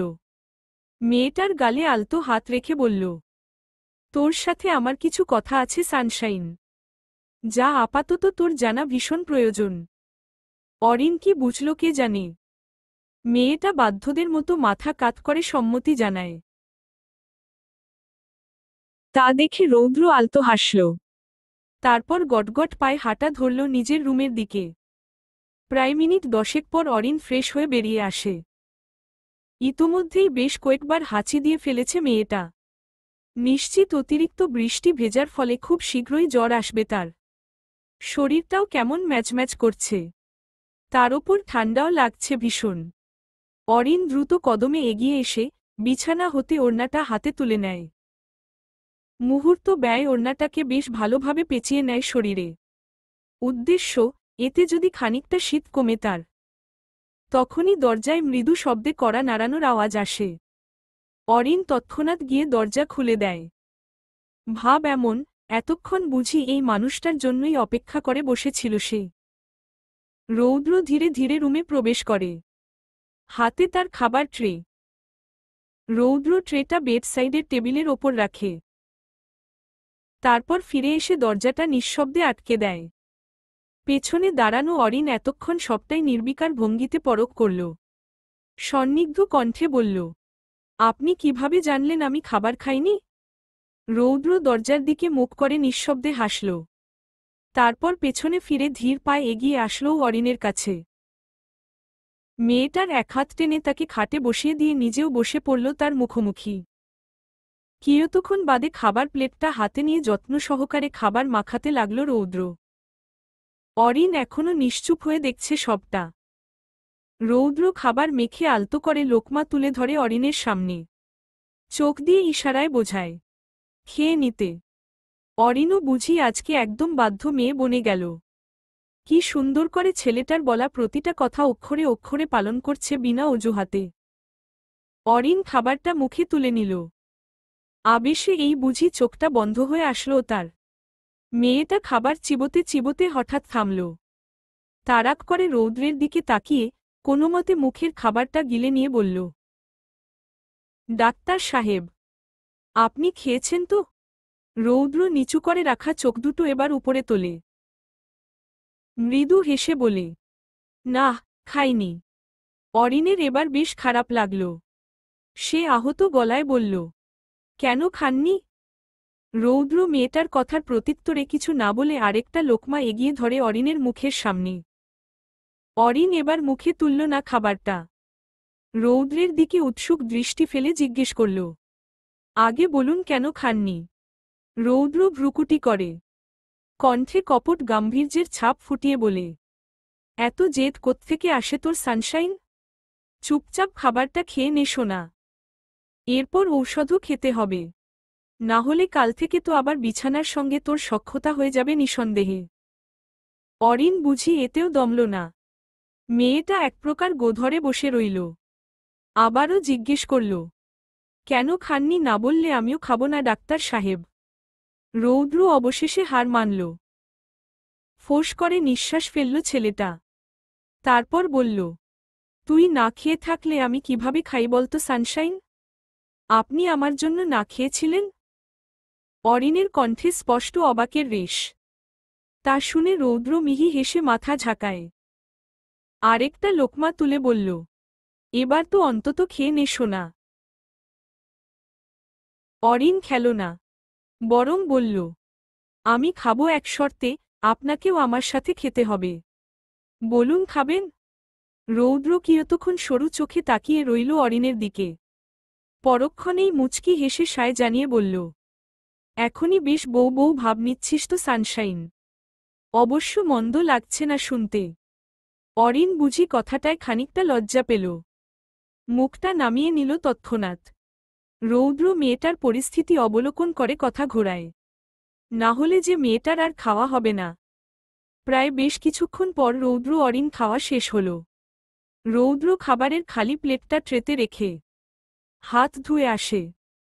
ট্রেতে রাখা ঔষধের প্যাকেট থেকে দুটো প্রয়োজনীয় ঔষধ আর এক গ্লাস পানি হাতে দেয় মেয়েটার। অরিনও খেয়ে নেয় ঔষধগুলো। মেয়েটা যে সেই কখন থেকে একনাগারে হাঁচি দিয়েই যাচ্ছে, থামবার আর নাম নেই। রৌদ্র এবার হাতে একটা শুকনো টাওয়েল তুলে নেয়। অরিনকে পেছনে ঘুরিয়ে তার ভেজা চুলগুলোকে আলতো হাতে মুছে দিতে থাকে সযত্নে। মেয়েটা যে কি পরিমাণে অযত্ন নিজের প্রতি, তা বলে বোঝানো মুশকিল। এই যে এখন তার ভেজা চুলগুলো থেকে টপটপ করে পানি গড়িয়ে তার পিঠের অংশ যে একেবারেই ভিজে নাস্তানাবুদ হয়ে পড়ে আছে, সে খবর কি আছে মেয়েটার? থাকবেই বা কিভাবে? যার প্রতি যত্নশীল মানুষের অভাব নেই, তার কি আর নিজের প্রতি অতটা যত্নশীল হওয়া লাগে? অরিন মুচকি হেসে উপভোগ করছে রৌদ্রের কর্মকাণ্ডগুলো। হঠাৎ করে কি যেন একটা মনে পড়ল তার। সে চট করে প্রশ্ন ছুড়ে, ডাক্তার সাহেব, আপনি যদি আমায় আগে থেকেই ভালোবেসে থাকেন, তাহলে ওই দিন আমায় ফিরিয়ে দিলেন কেন? তৎক্ষণাৎ হাত দুটো থেমে যায় রৌদ্রের। পরিবর্তন নেমে আসে মুখের আদলে। হয়তো কোন অপ্রকাশিত সত্য বেরিয়ে আসার উৎকণ্ঠা তার মধ্যে। অরিনও খেয়াল করল রৌদ্রের থেমে যাওয়া হাত দুটো। সে পেছনে ঘুরে রৌদ্রের দিকে তাকিয়ে বলল, কি লুকাচ্ছেন আমার থেকে ডাক্তার সাহেব? রৌদ্র একটা দীর্ঘ নিঃশ্বাস ফেলে অরিনকে আবারও সামনের দিকে ঘুরিয়ে চুলগুলো মুছতে মুছতে বলে, বলবো সানশাইন, আজকে সবই বলবো। অরিনও চুপ করে গেল, কিন্তু মনে তার রয়ে গেল একরাশ জিজ্ঞাসাবোধ। রৌদ্র অরিনের চুলগুলোকে সুন্দর করে মুছে দিল। তারপর মেয়েটাকে খাটের সাথে হেলান দিয়ে বসিয়ে দেয়। টেবিলের ওপর থেকে একটা ভেপো রাব ক্রিম নিয়ে চলে আসে মেয়েটার পায়ের কাছে। অরিন তৎক্ষণাৎ নিজের পা দুটো গুটিয়ে নেয়। অবাক কণ্ঠে জিজ্ঞেস করে, কি করছেন ডাক্তার সাহেব? আপনি আমার পায়ের কাছে বসলেন কেন? উঠুন ওখান থেকে। কে শোনে কার কথা? রৌদ্র অরিনের কথাটাকে রীতিমতো উপেক্ষা করে ঠায় বসে রইল আগের জায়গায়। বলল, পা দুটো ছাড় সানশাইন, তোর ইতোমধ্যেই ঠান্ডা লেগে গেছে। ক্রিমটা পায়ের তালুতে রাব করলে কিছুটা আরাম মিলবে তোর। তাই কথা না বাড়িয়ে পা দুটো সামনে দে। অরিন একেবারেই রৌদ্রের সামনে পা দিতে নারাজ। মেয়েটা আরও খানিকটা গুটিয়ে ফেলে নিজেকে। তা দেখে রৌদ্র সরু চোখে বাঁকা হাসে। অরিনের দিকে একদৃষ্টিতে তাকিয়ে থেকে বলল, আমি জোর করলে খুব একটা ভালো হবে বলে মনে হচ্ছে না সানশাইন। থমকায় অরিন। চোখ দুটো যেন এখনই বেরিয়ে আসবে কোটর ছাড়িয়ে। মেয়েটা হতবাক হয়ে তাকিয়ে রইল শুধু। তা দেখে রৌদ্র কেমন গাছাড়া ভাব নিল। আরেকবার বলল, পা সামনে আনবি নাকি আমি জোর করব? এই না, আমি দিচ্ছি। চট করে ব্যস্ত কণ্ঠে কথাটা বলে ওঠে অরিন। পরক্ষণেই ধীরে ধীরে পা দুটো সামনে নিয়ে আসে। তা দেখে রৌদ্র আলতো হাসল। অরিনের ফর্সা মসৃণ পা দুটো আলতো করে নিজের কোলে নিয়ে বলল, that's like a good girl.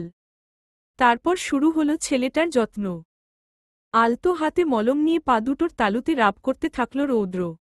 পরক্ষণেই সে বলল, আচ্ছা সানশাইন, বলতো আমাদের বাবা চাচারা কয় ভাই বোন? অরিন চমকায়। অবাক হওয়া কণ্ঠে জবাব দেয়, কয়জন আবার? তারা 4 ভাই 1 বোন। অরিনের কথা শোনামাত্রই স্মিত হাসল রৌদ্র। হাতের কাজ বহাল রেখে ক্ষুদ্র নিঃশ্বাস ফেলে বলল, যদি আমি বলি তারা 4 ভাই 2 বোন? মানে? তৎক্ষণাৎ অবাক কণ্ঠ ফুঁড়ে বেরিয়ে আসে কথাটা। অরিন এবার নড়েচড়ে বসল। আবারও জিজ্ঞেস করল, কি বলছেন এটা ডাক্তার সাহেব? আমরা তো ছোট থেকেই জানি আমাদের মেহু ফুপ্পি ছাড়া আর কোন ফুপ্পি নেই। তাহলে আপনি যে বলছেন আরেকজন আছে, থাকলে আমরা কেন জানি না ডাক্তার সাহেব? রৌদ্র এবার অরিনের দিকে তাকায়। মেয়েটার চোখে মুখে একরাশ উদ্বেগের ছাপ। সে ঠোঁট গোল করে নিঃশ্বাস ফেলে বলল, সানশাইন, এখন আমি যা বলবো তা পুরোটা মনোযোগ দিয়ে শুনবি, ওকে? অরিন মাথা ঝাঁকায়। রৌদ্রের দিকে উৎসুক দৃষ্টি ফেলে তাকিয়ে থাকে। অতপর রৌদ্র বলতে থাকে পুরনো কিছু ঘটনা। অরি, মেহু ফুপ্পি ছাড়া আমাদের আরেকজন ফুপ্পি আছে। তার নাম আমরিন এহসান। তিনি প্রায় 24 বছর আগে থেকেই এহসান বাড়ির সঙ্গে নিজের সকল সম্পর্ক ছিন্ন করে ফেলেছেন। ছিন্ন করেছেন বললে ভুল হবে, তাকে বিচ্ছিন্ন করা হয়েছে এই পরিবার থেকে। তার পেছনে আছে কিছু না জানা কারণ। রৌদ্র থামল। গলার স্বর এ পর্যায়ে ভারী হয়ে আসছে ছেলেটার। তবুও সে ফাঁকা একটা শুষ্ক ঢোক গিলে বলতে লাগল, আমি তখন বেশ ছোট জানিস। এই তো সবে ক্লাস 1-এ উঠেছি। তখন আমাদের দিদা বেঁচে ছিল। এমনই এক অনুষ্ঠানের জেরে আমরা এসেছিলাম গ্রামের বাড়িতে। ওহ, ভুলে গেছি, অনুষ্ঠানটা ছিল আমাদের বড় ফুপ্পির বিয়ে। ফ্ল্যাশব্যাক। কবির, তুই গিয়া তোর চাচিরে একটু আইবার কত বাপ। নাইলে তো আবার দোষ ধরব, কইব, তোমরা আইছো নিজে গো মাইয়া বিয়া দিতে অথচ আমগরে তো একবার কইলা না। মায়ের কথায় মুচকি হাসলেন কবির সাহেব। মাথা নাড়িয়ে সম্মতি জানিয়ে উঠে পড়েন কেদারা হতে। গটগট পা ফেলে যে ইনা বাড়ির উঠোনে পা ফেলবে অমনি পেছনে থেকে দুটো কোমল ছোট ছোট হাত তার কোমর জড়িয়ে ধরে। কবির সাহেব থামলেন। পেছনে না ঘুরেই চিনে ফেললেন হাত দুটোর মালিককে। তিনি আলতো করে হাত দুটোকে কোমর হতে ছাড়িয়ে পেছনে ঘুরলেন। রৌদ্রের কোমল মুখখানা দেখে সঙ্গে সঙ্গে তাকে কোলে তুলে নিলেন। বললেন, কি হইছে আব্বু? ছোট্ট রৌদ্র তখন বাবার কথা শুনে আধো আধো স্বরে বলল, আব্বু, আমি তোমার সাথে যাব। কবির সাহেব ছেলের কথায় সায় জানিয়ে বললেন, ঠিক আছে তাহলে চলো। বলেই তিনি আবারও হাঁটা ধরবেন তার আগেই পিছু ডাকেন জুবাইদা বেগম। এই রোদের আব্বু, দাঁড়াও। কবির সাহেব আবারও থামলেন। পেছনে ফিরে স্ত্রীর ছুটে আসা দেখে বললেন, আস্তে, এভাবে দৌড়াচ্ছ কেন? শাড়িতে পা আটকালে তো নির্ঘাত পড়ে যাবে। একটু ধীরেসুস্থে হাঁটো। জুবাইদা বেগম কথা ঘোরালেন। হাত নাড়িয়ে বললেন, আরে তেমন কিছু হবে না। তুমি ছেলেকে নামাও কোল থেকে। কোল থেকে নামার কথা শুনতেই রৌদ্র যেন আরেকটু চেপে ধরল কবির সাহেবকে। গো ধরে বলতে লাগল, না। আমি আব্বুর সাথে যাব। ও আব্বু আমায় নিয়ে চলো তোমার সাথে। এই ছেলে, নিচে নামো বলছি। সেই স্কাল থেকে ছোটাছুটি করেছ পুরো বাড়ি। বেলা বাজে 11:30 অথচ ছেলের এখনো খাওয়ার খবর নাই। এসো আমার কাছে। খাবার খেয়ে তারপর যেও বাবার সাথে। জুবাইদা বেগমের কথায় চোখমুখ কুঁচকে ফেলে ছোট্ট রৌদ্র। মুখ কুঁচকে বলে ওঠে, আম্মু, আমার খেতে ইচ্ছে করছে না। আমি আগে আব্বুর সাথে যাই, তারপর এসে খাবার খাব। ছেলের কথায় সম্মতি জানায় কবির সাহেব। স্ত্রীকে মানানোর জন্য বললেন, থাক জবা, ও না হয় এখন আমার সাথে আসুক। আমি কিছুক্ষণের মধ্যেই ফিরে আসব। এরপর না হয় তুমি ওকে খাবার খাইয়ে দিও। কেমন? হ্যাঁ হ্যাঁ, এমনভাবেই তো আশকারা দিয়ে মাথায় তুলছ ছেলেটাকে। আমি কিছু বলতে গেলেই চুপ করিয়ে দাও। ধুর, যা ইচ্ছে করো যাও। মুখ ঝামটি মেরে কথাগুলো বলে আর এক মুহূর্ত সেখানে দাঁড়ালেন না জুবাইদা বেগম। হনহনিয়ে বাড়ির ভেতরে চলে আসেন তিনি। এদিকে স্ত্রীর যাওয়ার পথে তাকিয়ে ফোঁস করে নিঃশ্বাস ফেললেন কবির সাহেব। ছেলের দিকে তাকিয়ে বললেন, তোমার জন্য আবারও তোমার আম্মুর মুখ ভেঙচি খেলাম আব্বু। ছোট্ট রৌদ্র কি বুঝল কে জানে। ছেলেটা কেমন খিলখিল করে হেসে ওঠে। কবির সাহেব একপলক ছেলের দিকে তাকিয়ে থেকে হাঁটা ধরলেন। আসসালামু আলাইকুম চাচাজান, ভেতরে আসব? বাড়ির সদর দরজা থেকে আসা হঠাৎ ডাকে সেদিকে চোখ তুলে তাকায় আব্দুল মান্নান এহসান। চশমাবিহীন ছানি পরা চোখ দুটো দিয়ে কোনোরকমে ঝাপসা চাহনি ফেলল আগন্তুকের ওপর। পরক্ষণেই বলল, ক্যাডা? কবির সাহেব ছেলেকে কোলে নিয়ে ভেতরে প্রবেশ করেন। বৃদ্ধ চাচার সামনে এসে কেদারার পাশের টেবিলের ওপর পড়ে থাকা চশমাটা এগিয়ে দিয়ে বললেন, চাচাজান আমি কবির। বৃদ্ধ আব্দুল মান্নান এগিয়ে দেয়া চশমাটা চোখে এঁটে সামনে দৃষ্টি ফেলতেই তার চক্ষুগোচর হয় কবির সাহেবকে। তিনি আপ্লুত কণ্ঠে বলে ওঠেন, আরে বাপজান, কবে আইলা তোমরা? আর এখনো দাঁড়ায় আছো কেন? বউ বউ বলেই তিনি হাত বাড়িয়ে পাশে থাকা চেয়ারটি এগিয়ে দেন কবির সাহেবের নিকট। কবির সাহেব চাচার এহেন ব্যবহারে সম্মানসূচক হাসলেন। বললেন, এই তো আজকে সকালেই এসে পৌঁছিয়েছি চাচাজান। ওহ, ভালো হইছে। তা বিয়ার কামকাইজ কতদূর আগাইল? চাচাজান, এ বিষয়ে আলাপ করার জন্যই তো আমার এখানে আসা। আমি তো আর অত কিছু ঠিকঠাক মতো বুঝি না। তাই বলছিলাম কি, আপনি এসে যদি একটু বলে কয়ে বুঝিয়ে দিতেন সবটা। বৃদ্ধ মান্নান সাহেব পান খাওয়া লালচে দাঁতগুলো দিয়ে ফোকলা হাসলেন। মাথা নাড়িয়ে সায় জানিয়ে বললেন, আরে, ওইডা কি কম লাগব নাকি? আমার ভাইয়ের মাইয়া মানে আমারও মাইয়া। আর আমার মাইয়ার বিয়ার কাম আমি করমু না তো কে করব? তুমি বাপজান চিন্তা কইরো না। আমি আগেতেই বাবুরছি, হেরপর ওই যে কি জানি করে না। ও হ, সাজানি টাজানি এইসবেরে কইয়া রাখছি। এখন তুমি গিয়া হুদা ফাইনাল করবা। তাইলেই হইব। কবির সাহেব কৃতজ্ঞ হাসলেন। চাচার বয়সের ভারে কুচকে যাওয়া হাত দুটো ধরে কৃতজ্ঞতার সহিত বললেন, আপনি আমার কাজ অনেকটাই কমিয়ে দিলেন চাচাজান। আপনার প্রতি কিভাবে কৃতজ্ঞতা প্রকাশ করব তা জানা নেই আমার। পোলারা আইয়া কৃতজ্ঞতা জানাইব, আর বাপে যে ওইদিক দিয়া আমগর দুনিয়াডা খতম কইরা দিয়া গেছেগা ওইডার কি হইব? রসুইঘর থেকে পানের বাটাটা হাতে নিয়ে এগিয়ে আসতে আসতে কথাটা বললেন খুশবু বেগম। বয়স হলেও চেহারায় বুঝি এক বিন্দু জৌলুস কমেনি তার। পোশাক আশাকেও কেমন রাজকীয় ভাবসাব। খুশবু বেগম এগিয়ে এসে বসলেন স্বামীর পাশে। হাত বাড়িয়ে চাবির গোছা বাঁধা আঁচলটা টেনে কাঁধে তুলে নিলেন তিনি। পরক্ষণেই পানের বাটা থেকে পান, চুন, খয়ের মিশিয়ে দক্ষ হাতে পান বানালেন দুটো। তারপর সেখান থেকে একটি এগিয়ে দিলেন স্বামীকে আর একটি মুখে পুরে নিলেন নিজের। পানটা মুখে দিয়ে হাতে থাকা এক চিমটি চুনো মুখে দিতে ভুললেন না তিনি। তারপর বেশ আরাম করে বসে কবির সাহেবের দিকে তাকিয়ে বললেন, তা কবে আইলা বাপু? কবির সাহেব আহত হাসলেন।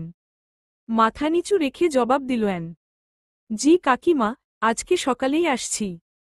তা শুনলাম তোমার বইনের নাকি বিয়া ঠিক হইছে। তা পোলা কি কাম করে? ছেলে ডাক্তার কাকিমা, ঢাকা শ্যামলী হসপিটালের। কথাটা শেষ করবার আগেই কবির সাহেবকে হাত দেখিয়ে থামিয়ে দিলেন খুশবু বেগম। নাক সিটকে বললেন, থাক আর কইতে হইব না বাপু। বুঝবার পারছি মেলা বড়লোক বাড়ির লগে আত্মীয়তা করতাছ।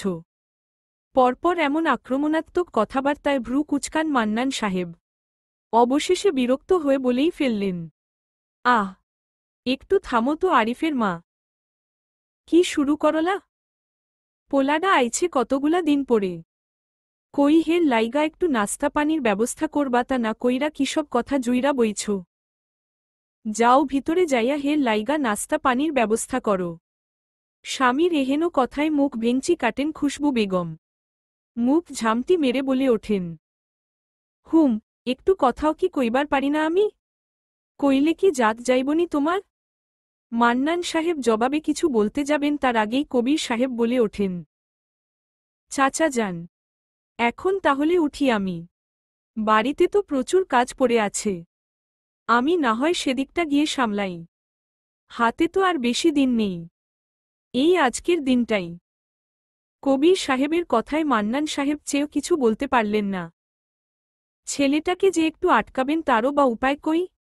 বউটা তার যেই পরিমাণে দজ্জাল, না জানি কখন কি বলে বসে।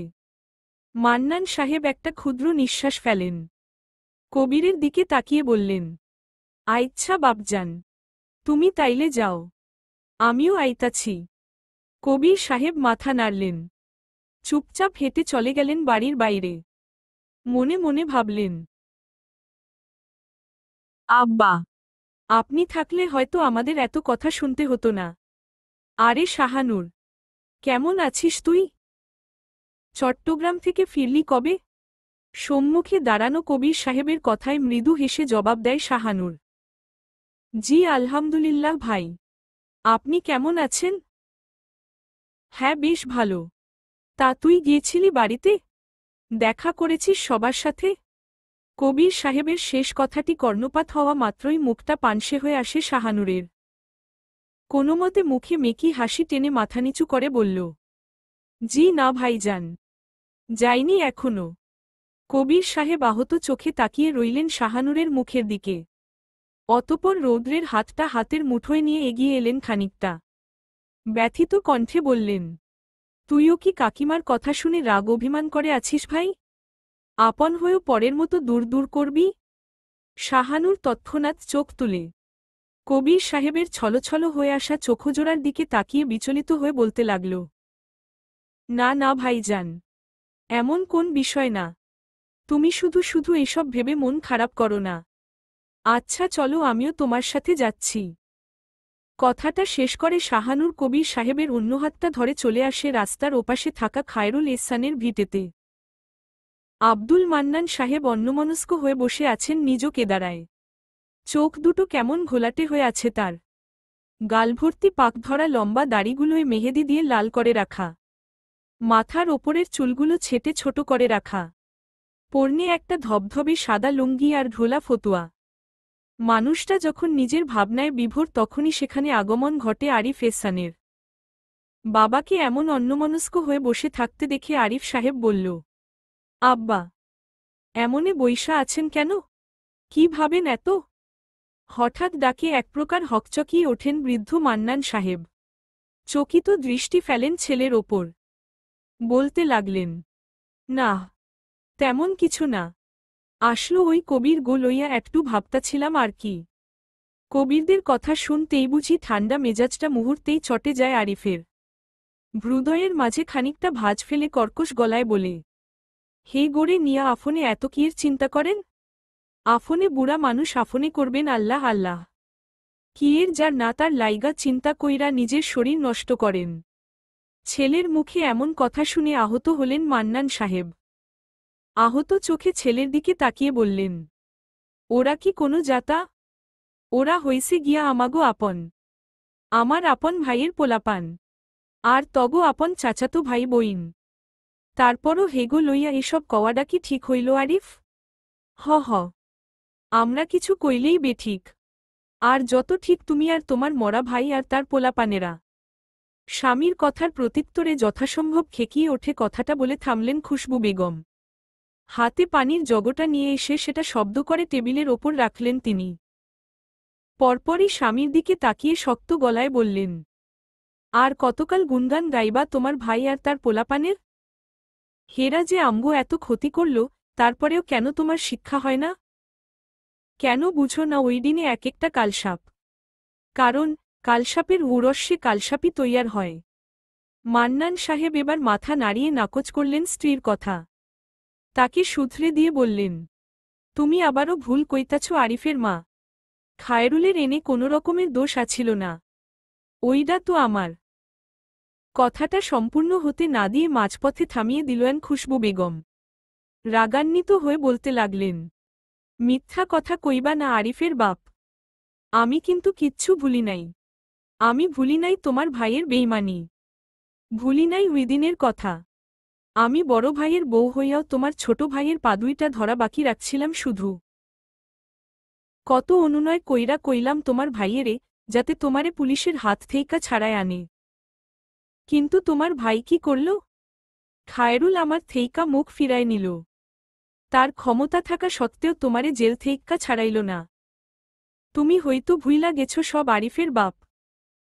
কিন্তু আমি ভুলি নাই। কোনোদিন ভুলমুও না। মনে রাইখো। খুশবু বেগম থামলেন। চোখ দুটোর কোটর ছাড়িয়ে বেরিয়ে আসতে চাইছে নোনা জল। রক্তবর্ণ আখি দয়ে ঘৃণা আর অসংখ্য অভিযোগ।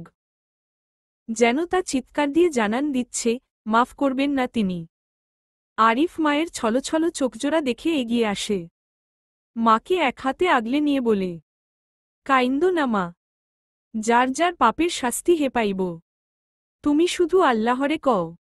খুশবু বেগম শুনলেন কি ছেলের কথা? হয়তো। তিনি ছেলের হাতটা কাঁধ হতে সরিয়ে গটগট পায়ে ঘরের দিকে চলে গেলেন। আরিফ সেদিকে নির্বাক হয়ে তাকিয়ে রইল শুধু। ছেলেটার আবার মায়ের চোখের অশ্রু একেবারেই সহ্য হয় না। তাই তো মায়ের মতো সেও ওই বাড়ির কাউকে দেখতে পারে না। আরিফ আর কিছু না বলে শক্ত মুখে জায়গা ত্যাগ করে। পেছনে থেকে হয়তো মান্নান সাহেবের দু-একটা ডাক কানে এসেছে তার, কিন্তু আরিফ সেদিকে পাত্তা দেয়নি তেমন। বৃদ্ধ মান্নান সাহেব ছেলের গমনের দিকে তাকিয়ে রইলেন ঘোলাটে চোখে। ঠোঁটটা কেমন কাঁপছে বুড়ো মানুষটার। হয়তো অসংখ্য কথা জমে আছে সেই কাঁপতে থাকা ঠোঁটের আগায়, কিন্তু শোনার মতো মানুষ না থাকায় হয়তো ব্যক্ত করতে পারছেন না তিনি। তখনই মাথায় বেশ বর্ষর ঘোমটা টেনে সেখানে উপস্থিত হয় পারভিন, আরিফের স্ত্রী। পারভিন শ্বশুরের মনের অবস্থা হয়তো কিছুটা আঁচ করল। কেননা বিয়ে হয়ে আসার পর থেকেই সে খেয়াল করেছে, মাঝে মধ্যেই এই একটা বিষয়ে বেশ তর্কাতর্কি লেগে যায় এ বাড়িতে। যদিও পারভিন এই বিষয়ে আধো আধো জানে। কেননা সে তো আর বাড়ির বউ হয়ে কাউকে তেমন জিজ্ঞেস করতে পারে না। তার ওপর তার শাশুড়ির যেই তারা তারা কথা, পাছে না আবার দোষ ধরে বসে তার। পারভিন আর চোখে একবার শ্বশুরের মলিন হয়ে আসা মুখটার দিকে তাকাল।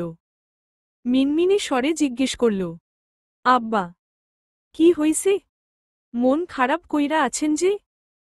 মান্নান সাহেব একবার চোখ তুলে তাকালেন পুত্রবধূর দিকে। পরক্ষণেই দৃষ্টি সরিয়ে নিয়ে তাক করলেন উঠোনের মাঝে। মোটা হয়ে আসা কণ্ঠে বলতে লাগলেন, জানো বউ, উইদিন যদি আমার ছোট ভাই আমারে জেল থেইকা ছাড়ায় আনত তাইলে আমি হয়তো উইদিনই মইরা যাইতাম। হয়তো তোমার শাশুড়ি বহুত আগেই আমারে হারায়া বিধবা হইত। কথাটা পুরোপুরি বোধগম্য হল না পারভিনের। সে ছোট চোখজোড়া আরও কিছুটা ছোট করে সন্নিগ্ধ কণ্ঠে জিজ্ঞেস করল, আব্বা, আফনের কথাটা তো বুঝলাম না। এমন একটা পরিস্থিতিতেও আহত হাসলেন মান্নান সাহেব। যেই হাসিটা স্পষ্ট চক্ষুগোচর হল পারভিনের। সে কেমন উৎসুক হয়ে দাঁড়িয়ে রইল কিছুক্ষণ আগের বলা কথাটার ব্যাখ্যা শুনতে। মান্নান সাহেব পিঠ হেলিয়ে বসলেন কেদারায়। চোখ দুটো আলতো করে বুজে নিয়ে ধরে আসা গলায় বলতে লাগলেন, এলাকার মেম্বরের পোলা আছিল বিল্লাল। সবাই ওরে বিল্লু কইয়াই চিনত। পোলাডা বাপের পাওয়ার নিয়া চাঁদাবাজি করত। একদিন আমি এইডার বিরোধ করি। কিন্তু এক কথায় দুই কথায় বিল্লুসহ ওর সাঙ্গুপাঙ্গুর লগে আমার হাতাহাতি হয়। হাতাহাতির এক পর্যায়ে ওগো দোলেরই এক পোলার হাত দিয়া বিল্লুর মাথায় আঘাত লাগে। অবস্থা বেগতিক দেইখা সবাই বিল্লুরে হাসপাতাল নিয়া যায়। আমিও আর তেমন পাত্তা না দিয়া বাইতো আয়া পড়ি, কিন্তু বিকালের দিকে বাইতো পুলিশ আহে আমারে ধইরা নিতে। আমি কারণ জিগাইলে কইল, আমি নাকি বিল্লুর মাথা ফাডাইছি। আমি অনেকবার তাগরে সত্যি কথা কাইছি, কিন্তু তারা শুনে নাই। আমারে ধইরা নিয়া যায়। তখন তোমার চাচা শ্বশুর মানে আমার ছোট ভাই খায়রুল আছিল এলাকার চেয়ারম্যান। ওর শহুরে একটা কাম থাকনে ওইদিন বাইতো আছিল না। পরে আমারে যখন জেলে নেওয়া হয় তখন আমি জানবার পারি, আমি যদি জেল থেইকা বাইর হই তাইলে সাথে সাথে বিল্লু আমারে মাইরা লাইব। কারণ তখন আমার ভাই এলাকায় নাই। তোমার শাশুড়ি অবশ্য বাজারের টেলিফোন দিয়া খায়রুলের এসব কইছে, কিন্তু খায়রুল হুট কইরা আইতে পারে নাই। তাছাড়া খায়রুলের কানেও কথাটা পৌঁছায় গেছিল যে ওই না থাকলে আমারে মাইরা ফেলব। এর লেগাই খায়রুল আমার জামিন করাই নাই তৎনগদ। খায়রুল 2 দিন পর আহে বাইতো। কিন্তু এর আগেই আমার বড় সম্বন্ধী আমারে জামিনে ছাড়ায় আনে। এরপর থেইকাই তোমার শাশুড়ি ওরে আর ওর পরিবারেরে দেখতে পারে না। আমি বহুবার ওরে সত্যিটা কইছি, কিন্তু ওই আমার কথা বিশ্বাস করে নাই। বারবার অপবাদ দিছে আমি নাকি আমার ভাইয়ের দোষ ঢাকনের লাইগা মিছা কথা কই। থামলেন মান্নান সাহেব। বুক চিরে একটা দীর্ঘ নিঃশ্বাস বেরিয়ে আসে মানুষটার। চোখ দুটো দিয়ে কখন যে অবহেলায় কয়েক ফোঁটা নোনাজল গড়িয়ে পড়েছে তার হয়তো খবর নেই মানুষটার। পাশে দাঁড়ানো পারভিনও বুঝি থ হয়ে গেছেন। অবশেষে এতদিনে বুঝলেন তার শাশুড়ির রাগের আসল কারণ। রাফু, আম্মা ঔষধ খেয়েছে? রান্নাঘরে দক্ষ হাতে খুন্তি নাড়তে ব্যস্ত রাফিয়া বেগম। তক্ষুনি পেছনে থেকে ভেসে আসা স্বামীর কণ্ঠ কানে আসতেই হাতের কাছ থেকে খানিকটা বিরতি নিয়ে পেছনে ফিরেন তিনি। স্বামীর কথার প্রত্যুত্তরে জিভে দাঁত কেটে বললেন, এই রে, একেবারে ভুলে গিয়েছি। আমি এক্ষুনি দিয়ে আসছি। না, আর যেতে হবে না, আমি দিয়ে আসছি ঔষধ। হাত ভর্তি বাসন কোষণ নিয়ে রান্নাঘরে প্রবেশ করতে করতে কথাটা বললেন জুবাইদা বেগম। সাব্বির সাহেব তৎক্ষণাৎ এগিয়ে এলেন ভাবিকে সাহায্য করতে। হাত বাড়িয়ে কিছু বাসন নিজের হাতে তুলে নিলেন তিনি। তারপর বললেন, এত ভারী কাজগুলো তুমি করছো কেন বৌমনি? তুমি একটু আরাম করে বসো না হয়। তা বলি কি, আম্মা এখন কি করে বৌমনি? জুবাইদা বেগম হাত থেকে অবশিষ্ট বাসনগুলো নামিয়ে রাখলেন।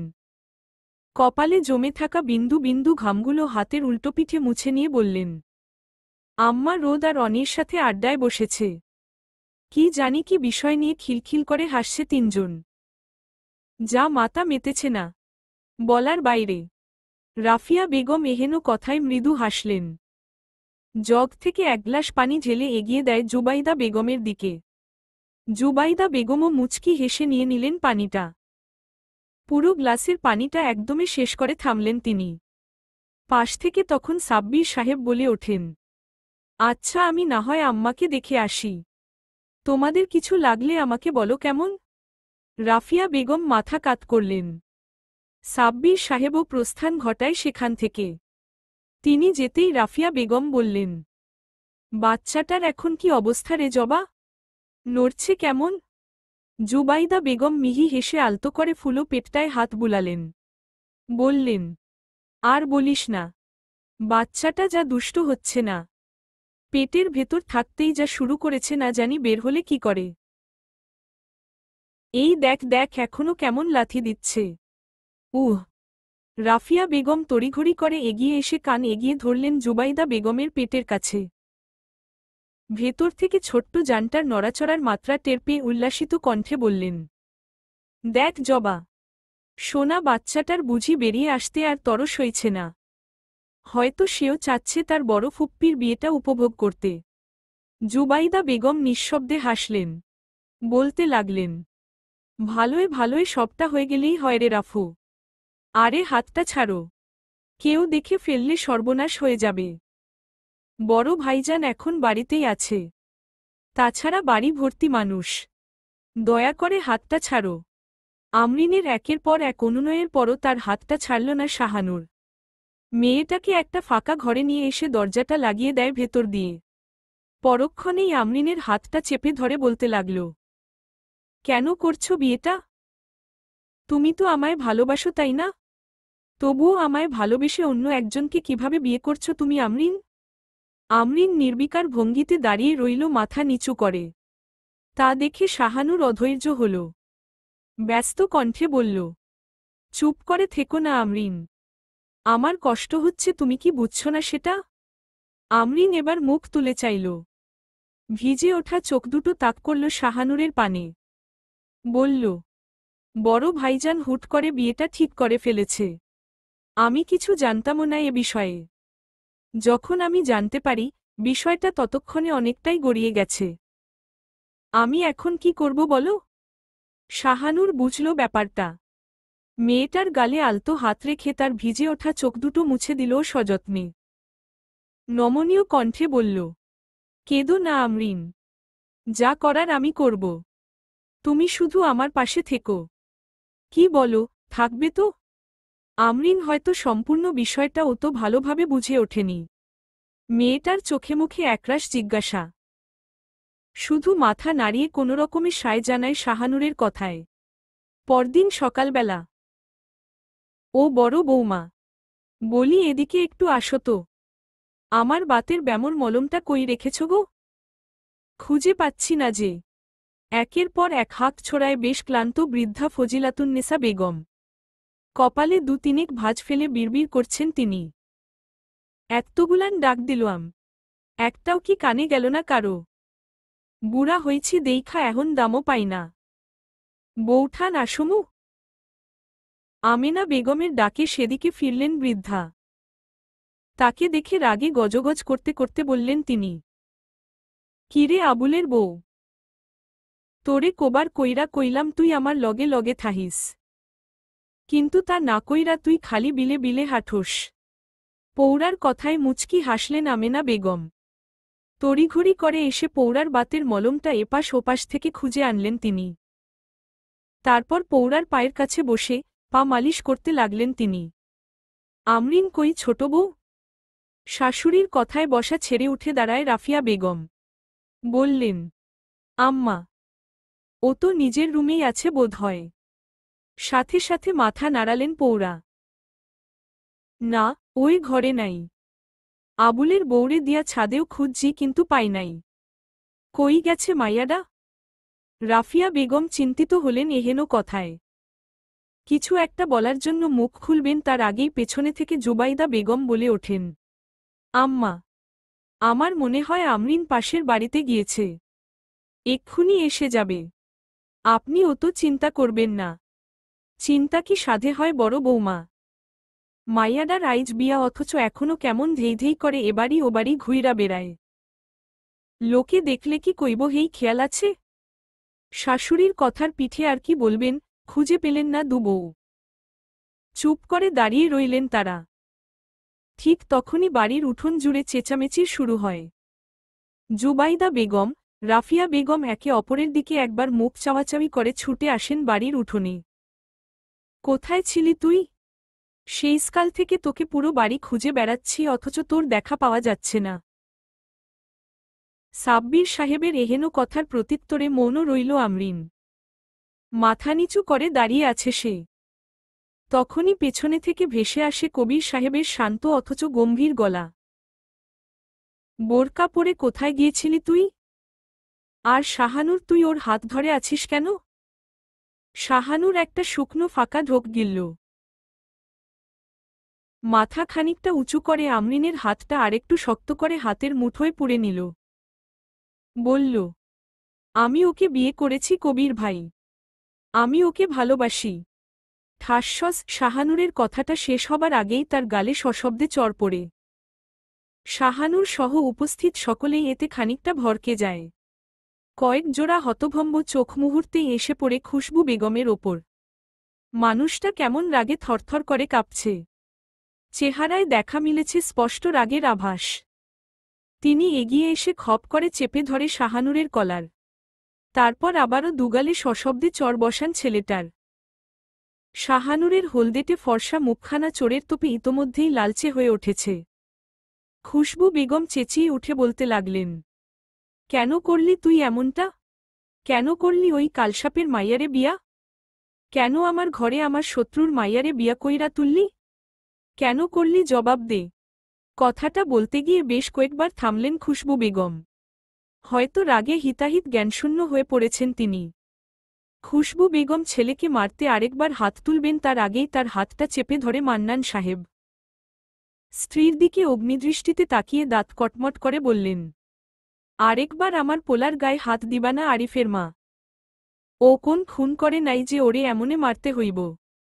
কথাটা শেষ করেই স্ত্রীর হাতটা ছিটকে দূরে সরিয়ে ফেলেন তিনি। তারপর ছেলের দিকে তাকিয়ে বললেন, কেন করলি এমন বাপ? কেন শুধু শুধু নিভা যাওয়া আগুনটা আবারও জ্বালাইলি? এত কিছুর মাঝে এখনও হতভম্ব হয়ে দাঁড়িয়ে আছেন পৌরা ফজিলাতুন্নেসা বেগম। তিনি হয়তো স্তব্ধ হয়ে গেছেন বিষয়টা দেখে।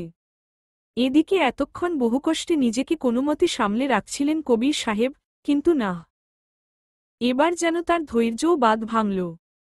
তিনি হনহনিয়ে এগিয়ে আসেন শাহানুরের সামনে। হাত বাড়িয়ে শাহানুরের পেছনে গুটিসুটি মেরে দাঁড়িয়ে থাকা আমরিনকে একটানে বের করে আনেন তিনি। অতঃপর মেয়েটাকে সামনে এনে যেই না থাপ্পড় মারতে যাবে অমনি তার হাতটা ধরে ফেলে শাহানুর। শান্ত অথচ নিরেট কণ্ঠে বলে ওঠে, যত মারার আমাকে মারো ভাইজান, আমি মুখ বুজে সবটা মাথা পেতে নিব, কিন্তু তবু ওর গায়ে হাত দিবা না। আমি এটা সহ্য করতে পারব না। শাহানুরের হাত থেকে ঝটকা মেরে নিজের হাতটা সরিয়ে ফেলে কবির সাহেব। দাঁতে দাঁত চেপে বলে ওঠে, তুই আমাকে ভাইজান ডাকবি না? এই তোরে না আমি বিশ্বাস করছিলাম? এই দিলই আমার বিশ্বাসের প্রতিদান? শাহানুর মাথা নিচু করে দাঁড়িয়ে রইল। এক হাত তার এখনও আমরিনের হাতটা চেপে ধরে আছে। অবস্থা বেগতিক দেখে সাব্বির সাহেব এগিয়ে আসেন। বড় ভাইকে শান্ত করতে বলেন, ভাইজান, একটু শান্ত হও, আমরা না হয় বসে বিষয়টা সলভ করি। তখনই পেছনে থেকে আরেকবার তেড়ে আসেন খুশবু বেগম। কর্কশ গলায় বলতে লাগলেন, ওই কি কস তুই? কি মিটাবি বইয়া? তোরা কি ভাবছস তোরা এমন নাটক কইরা নিজের বইনেরে আমার পোলার ঘাড়ে গছাইয়া দিবি আর আমি ওইডা চুপচাপ বইয়া দেখমু? কোনোদিন না। তগো মতো কালসাপের বাচ্চা গো আমি কোনোদিন আমার সংসারে ঠাঁই দিমু না। তড়িৎ পেছনে ফিরেন কবির সাহেব। শান্ত মানুষটার শান্ত দৃষ্টিতে আজ যেন আমূল পরিবর্তন এসেছে। চোখ দুটো হয়ে উঠেছে অগ্নিমূর্তি। দৃঢ় চোয়াল আরও কিছুটা শক্ত হয়ে এসেছে তার। হাত দুটো হয়ে গেছে মুষ্টিবদ্ধ। তিনি দাঁতে দাঁত চেপে শক্ত গলায় বললেন, মুখ সামলে কথা বলুন চাচি, না হলে আমি আজ সম্পর্কের বাঁধন ভুলে যেতে বাধ্য হব। কথাটা বলার সাথে সাথেই হাওয়ার বেগে ছুটে এসে কবির সাহেবের মুখ বরাবর ঘুষি মেরে বসেন আরিফ সাহেব। হঠাৎ এমন হওয়ায় তাল সামলাতে না পেরে মাটিতে পড়ে যান কবির সাহেব। তিনি পড়ে যেতেই পাশ থেকে সাব্বির সাহেব, আমরিন, শাহানুর চিৎকার দিয়ে ওঠে, ভাইজান! আরিফ সাহেব থামলেন না। তিনি ছুটে এসে কবির সাহেবের কলার চেপে ধরে দাঁত কিরমিরিয়ে বলতে লাগলেন, তোর এত বড় সাহস আইল কইতে? তুই আমার মারে এসব কস? সাব্বির দৌড়িয়ে এলেন ভাইকে ছাড়াতে। পাশ থেকে শাহানুর আর আমরিনও এগিয়ে এলেন। তখনই বাড়ির কেচি গেট দিয়ে প্রবেশ করে তায়েফ আর তাশরিক। বাড়িতে ঢুকেই তারা হতভম্ব হয়ে যায়। কিয়তক্ষণ সামনে তাকিয়ে হাত থেকে বাজারপত্র সব ছুঁড়ে ফেলে এক প্রকার দৌড়ে চলে আসেন বড় ভাইকে ছাড়াতে। আরিফ সাহেবের কোমর চেপে ধরে তাকে একটানে কবির সাহেব থেকে ছাড়িয়ে আনেন তারা। পরক্ষণেই তায়েফ নিজের রাগকে কন্ট্রোল করতে না পেরে চেপে ধরে আরিফ সাহেবের কলার। চেঁচিয়ে ওঠে বলতে লাগলেন, আমার বড় ভাইজানের গায়ে হাত দেশ কোন সাহসে তুই? কে দিছে তোরে এত সাহস? তুই বয়সে বড় দেখে যা নয় তাই করবি? এবার সবাই ব্যস্ত হয়ে পড়লেন তায়েফ আর আরিফকে ছাড়াতে। এরই মধ্যে খুশবু বেগম ছুটে আসেন ফজিলাতুন্নেসা বেগমের কাছে। রাগে ক্ষোভে বলতে লাগলেন অকথ্য ভাষায়, মাগি নিজে যেমন, মাইয়াডারে বানাইছস তেমন।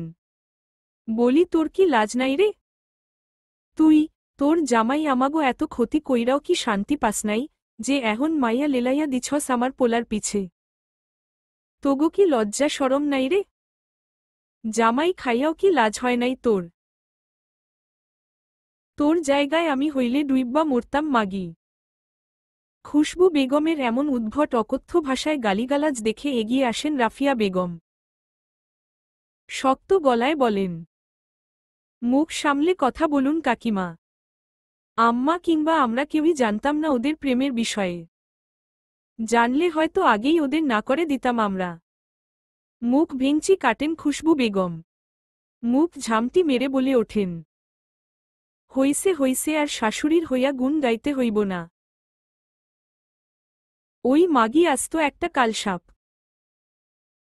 কালসাপের পেটে ধরছেও কালসাপ।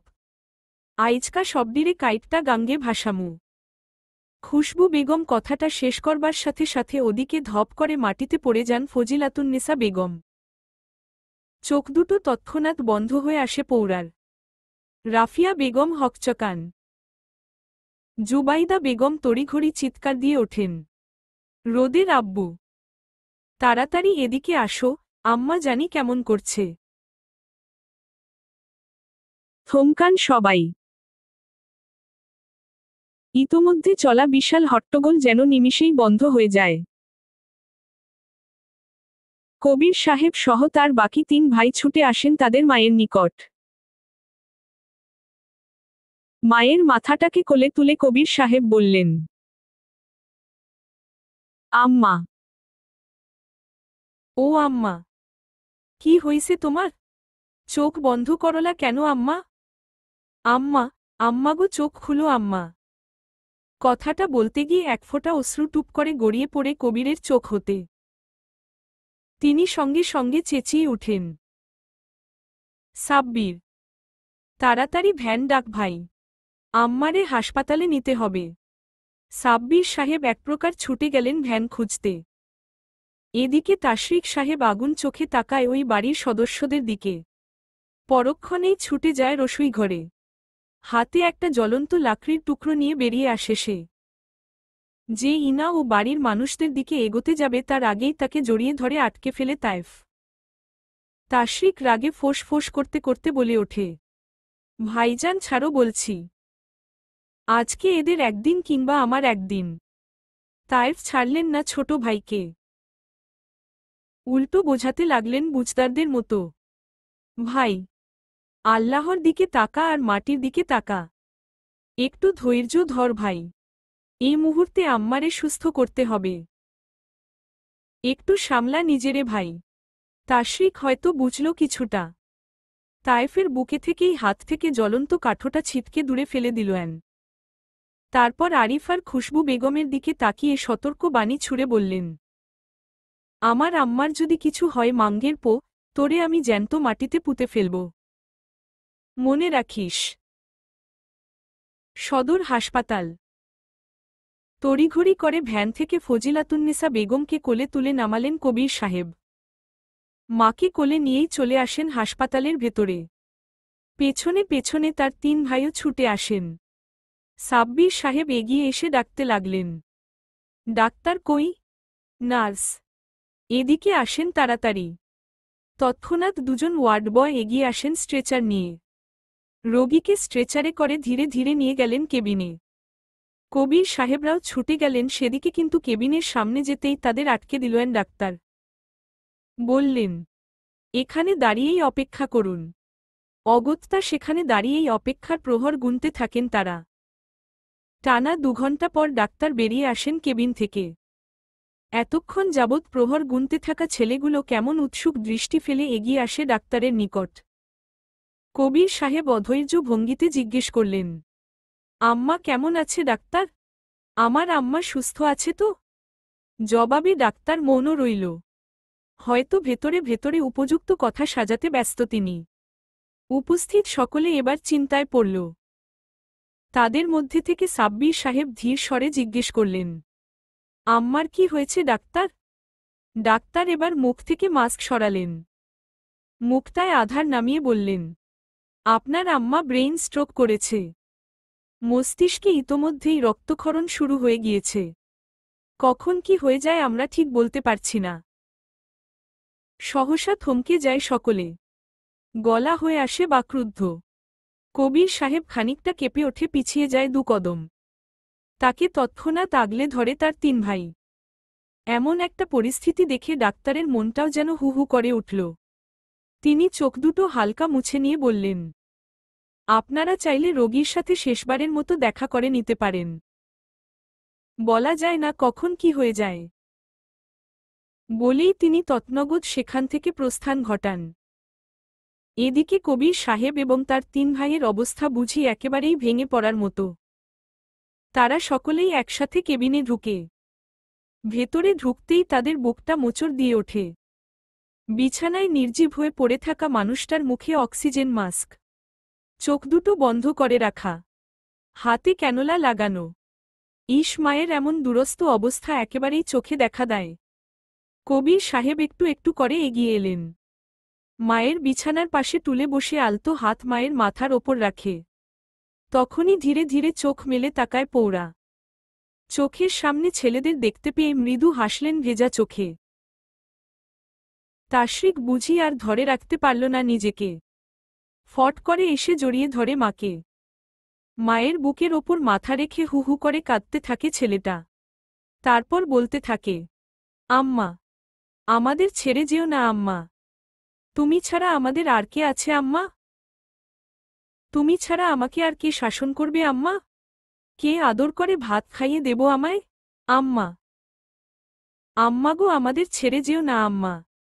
আম্মা, ও আম্মা, আল্লাহরে বলো মা তোমার পরিবর্তে আল্লাহ যাতে আমাকে উঠায় নেয়। তারপরও তুমি আমাদের মাঝে থাকো আম্মা। ছেলের এমন বাচ্চাদের মতো কেঁদে কেঁদে বলা কথাগুলোয় না চাইতেও হেসে ওঠেন পৌরা। হাত বাড়িয়ে মুখ থেকে মাস্কটা সরিয়ে ছেলেকে কাছে ডাকলেন তিনি।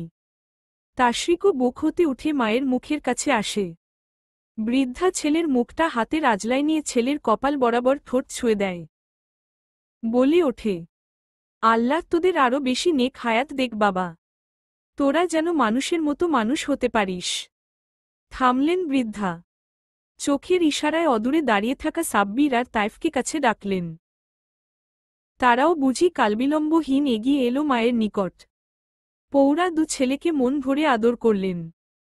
গালে কপালে ঠোঁট ছুঁয়ে দিলেন সযত্নে। মিহি হেসে বললেন, আব্বা, তোমরা অনেক বড় হইও কেমন?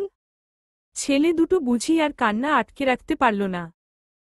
হুট করে মাকে জড়িয়ে ধরে কাঁদতে কাঁদতে বলে ওঠে, আম্মা, থেকে যাও আম্মা। আব্বারে হারাইছি, এখন তোমারে হারানোর ক্ষমতা আর নাই আম্মা। পৌরা কষ্টের হাসি টানলেন মুখে। বললেন, সবটাই আল্লাহর ইচ্ছা আব্বা।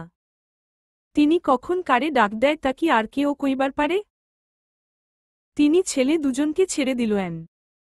পরিশেষে বড় ছেলেকে নিজের কাছে ডাকলেন। কবির সাহেবও এগিয়ে এলেন লাল চোখে। আহ, বড় হওয়ায় হয়তো কান্নাগুলোও স্বাধীনতা পায়নি ঝরে পড়ার। তাই তো কেমন আটঘাট বেঁধে আটকে আছে চোখের কোটরে। কবির সাহেব মৃদু নাক টানলেন। মায়ের ললাটে গাঢ় একটা চুম্বন একে দিলেন সযত্নে। পৌরা এবার ছেলেকে বুকে চেপে ধরেন। বড় বড় নিঃশ্বাস ফেলে বলতে লাগলেন, আমারে মাফ কইরা দিও আব্বা। আমার আর তোমার আব্বার কারণে আইজ তোমাগো এত কথা শুনতে হইল। আব্বা গো, আল্লাহ তোমারে বড় ছেলে হিসেবে না, আল্লাহ তোমারে একটা বটগাছ হিসাবে আমার সংসারে পাঠাইছে। আব্বা, বটগাছ কি করে জানোই তো? বটগাছ সবাইরে আগলায় রাখে নিজের ছায়ায়।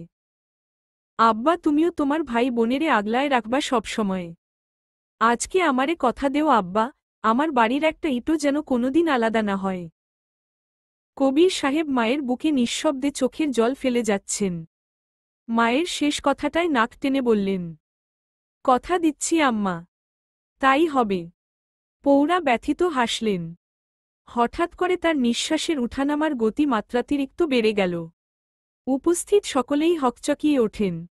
তাশরিক ছুটে গেলেন ডাক্তারকে আনতে। কবির সাহেব বারবার মাকে জিজ্ঞেস করে যাচ্ছেন, আম্মা, ও আম্মা, কই কষ্ট হচ্ছে তোমার আম্মা? পৌরা হাঁপাচ্ছেন। কোনোরকমে মাথায় হাত চেপে বললেন, আব্বা, এহানে কষ্ট হইতাসে আব্বা। আব্বা, আমি সইতে পারতাসি না আব্বা, আমার মাথাডা বুঝি ফাইটটা যাইতাছে আব্বা। বাপরে, আমার মাথাডা ভাইঙ্গা ফালারে বাপ। আমার আর সহ্য হইতাসে না। সাব্বির আর তায়েফ মায়ের পায়ের কাছে দাঁড়িয়ে হু হু করে কেঁদে যাচ্ছেন। এদিকে কবির সাহেবের বুঝি নিজেকে কেমন পাগল পাগল ঠেকেছে। মায়ের এহেন কষ্ট কি আর চোখে দেখা যায়? তখনই ডাক্তার এলেন।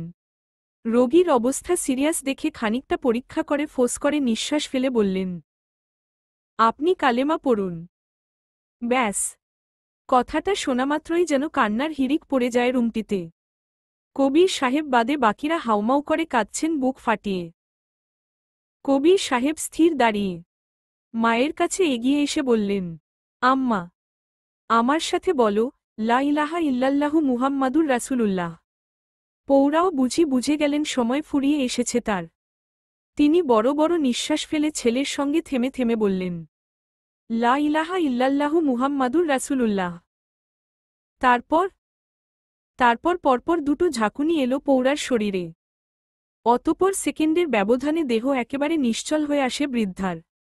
চোখ দুটো বড় বড় করে খুলে রাখা। নিঃশ্বাসের উঠানামা একদম স্থির হয়ে গেল। এবার বুঝি কবির সাহেবের চোখ বেয়ে টুপ করে দুফোঁটা নোনাজল গড়িয়ে পড়ল। তিনি এগিয়ে এসে সন্তর্পণে মায়ের খোলা চোখ দুটো বন্ধ করে দিলেন। গলাটা একদম ব্যথা হয়ে আসছে তার। ভাব এমন, কেউ বুঝি সজোরে গলা চেপে ধরে রেখেছে তার। কবির সাহেব এবার মুখের আদল শক্ত করেন। গমগমে স্বরে বললেন, বাড়ির সবাইকে বল ঢাকার উদ্দেশ্যে রওনা হতে। আম্মার দাফন ঢাকাতেই হবে। বিকাল 4:30। অ্যাসান ভিলার সামনে মানুষের ঢল। সবাই এসেছেন পৌরার দাফনে শরিক হতে। বাড়ির ভেতরের অবস্থা বেজায় করুন। জুবাইদা বেগম তো ক্ষণে ক্ষণে জ্ঞান হারাচ্ছেন। তাকেই একটু পরপর সামলাচ্ছেন রাফিয়া বেগম।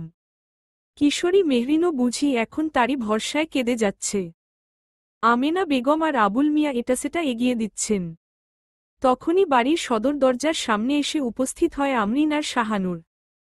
তারা যেই না বাড়ির ভেতরে এক কদম রাখতে যাবে অমনি কারো গম্ভীর কণ্ঠে থমকে দাঁড়ায় তারা। দাঁড়াও, আর এক পাও ভেতরে ঢুকাবার দুঃসাহস করবে না। অগত্যা থমকে গিয়ে ফোলা ফোলা চোখে তাকিয়ে রইল আমরিন।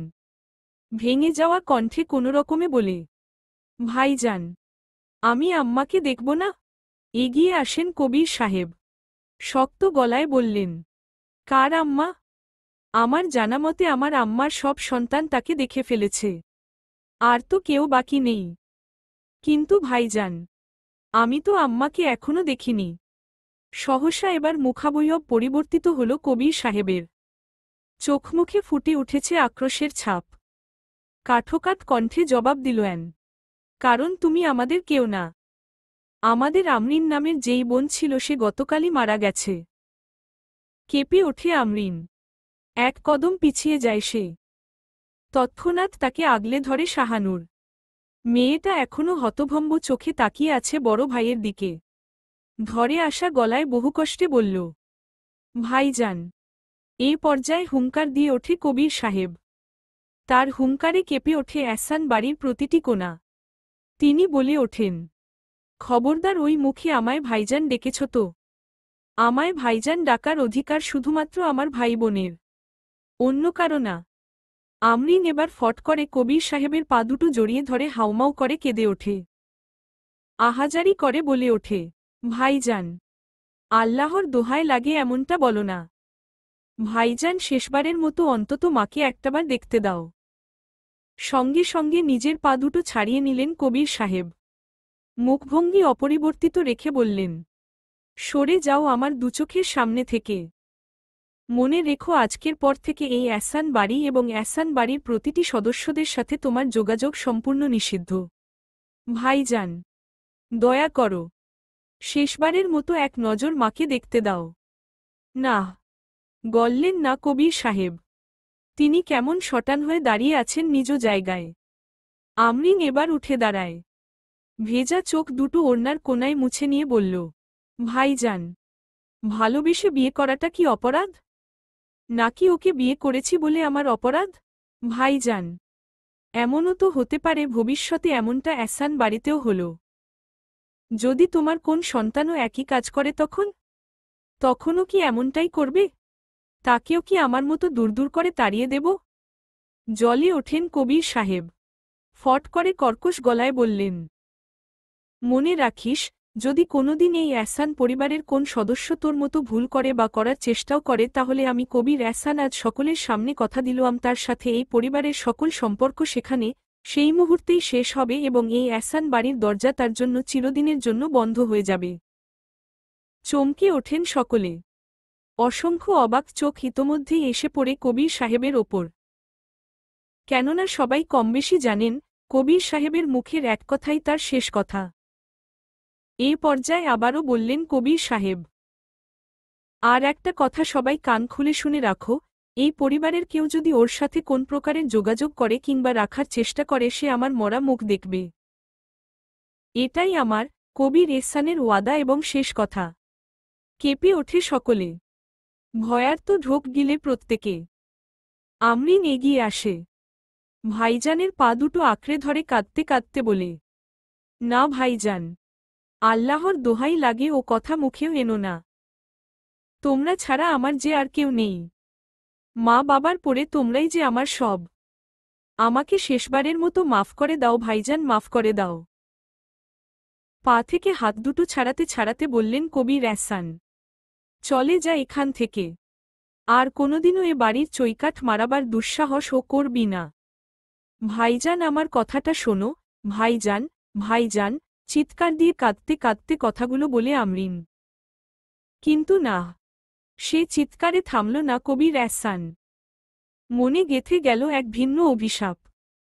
চিরদিনের জন্য নিষিদ্ধ হল এ বাড়ির সন্তানদের মাঝে ভালোবাসাজনিত সম্পর্ক। কিন্তু বিধির লিখন যে অন্য কিছু চায়। চলবে ইনশাআল্লাহ।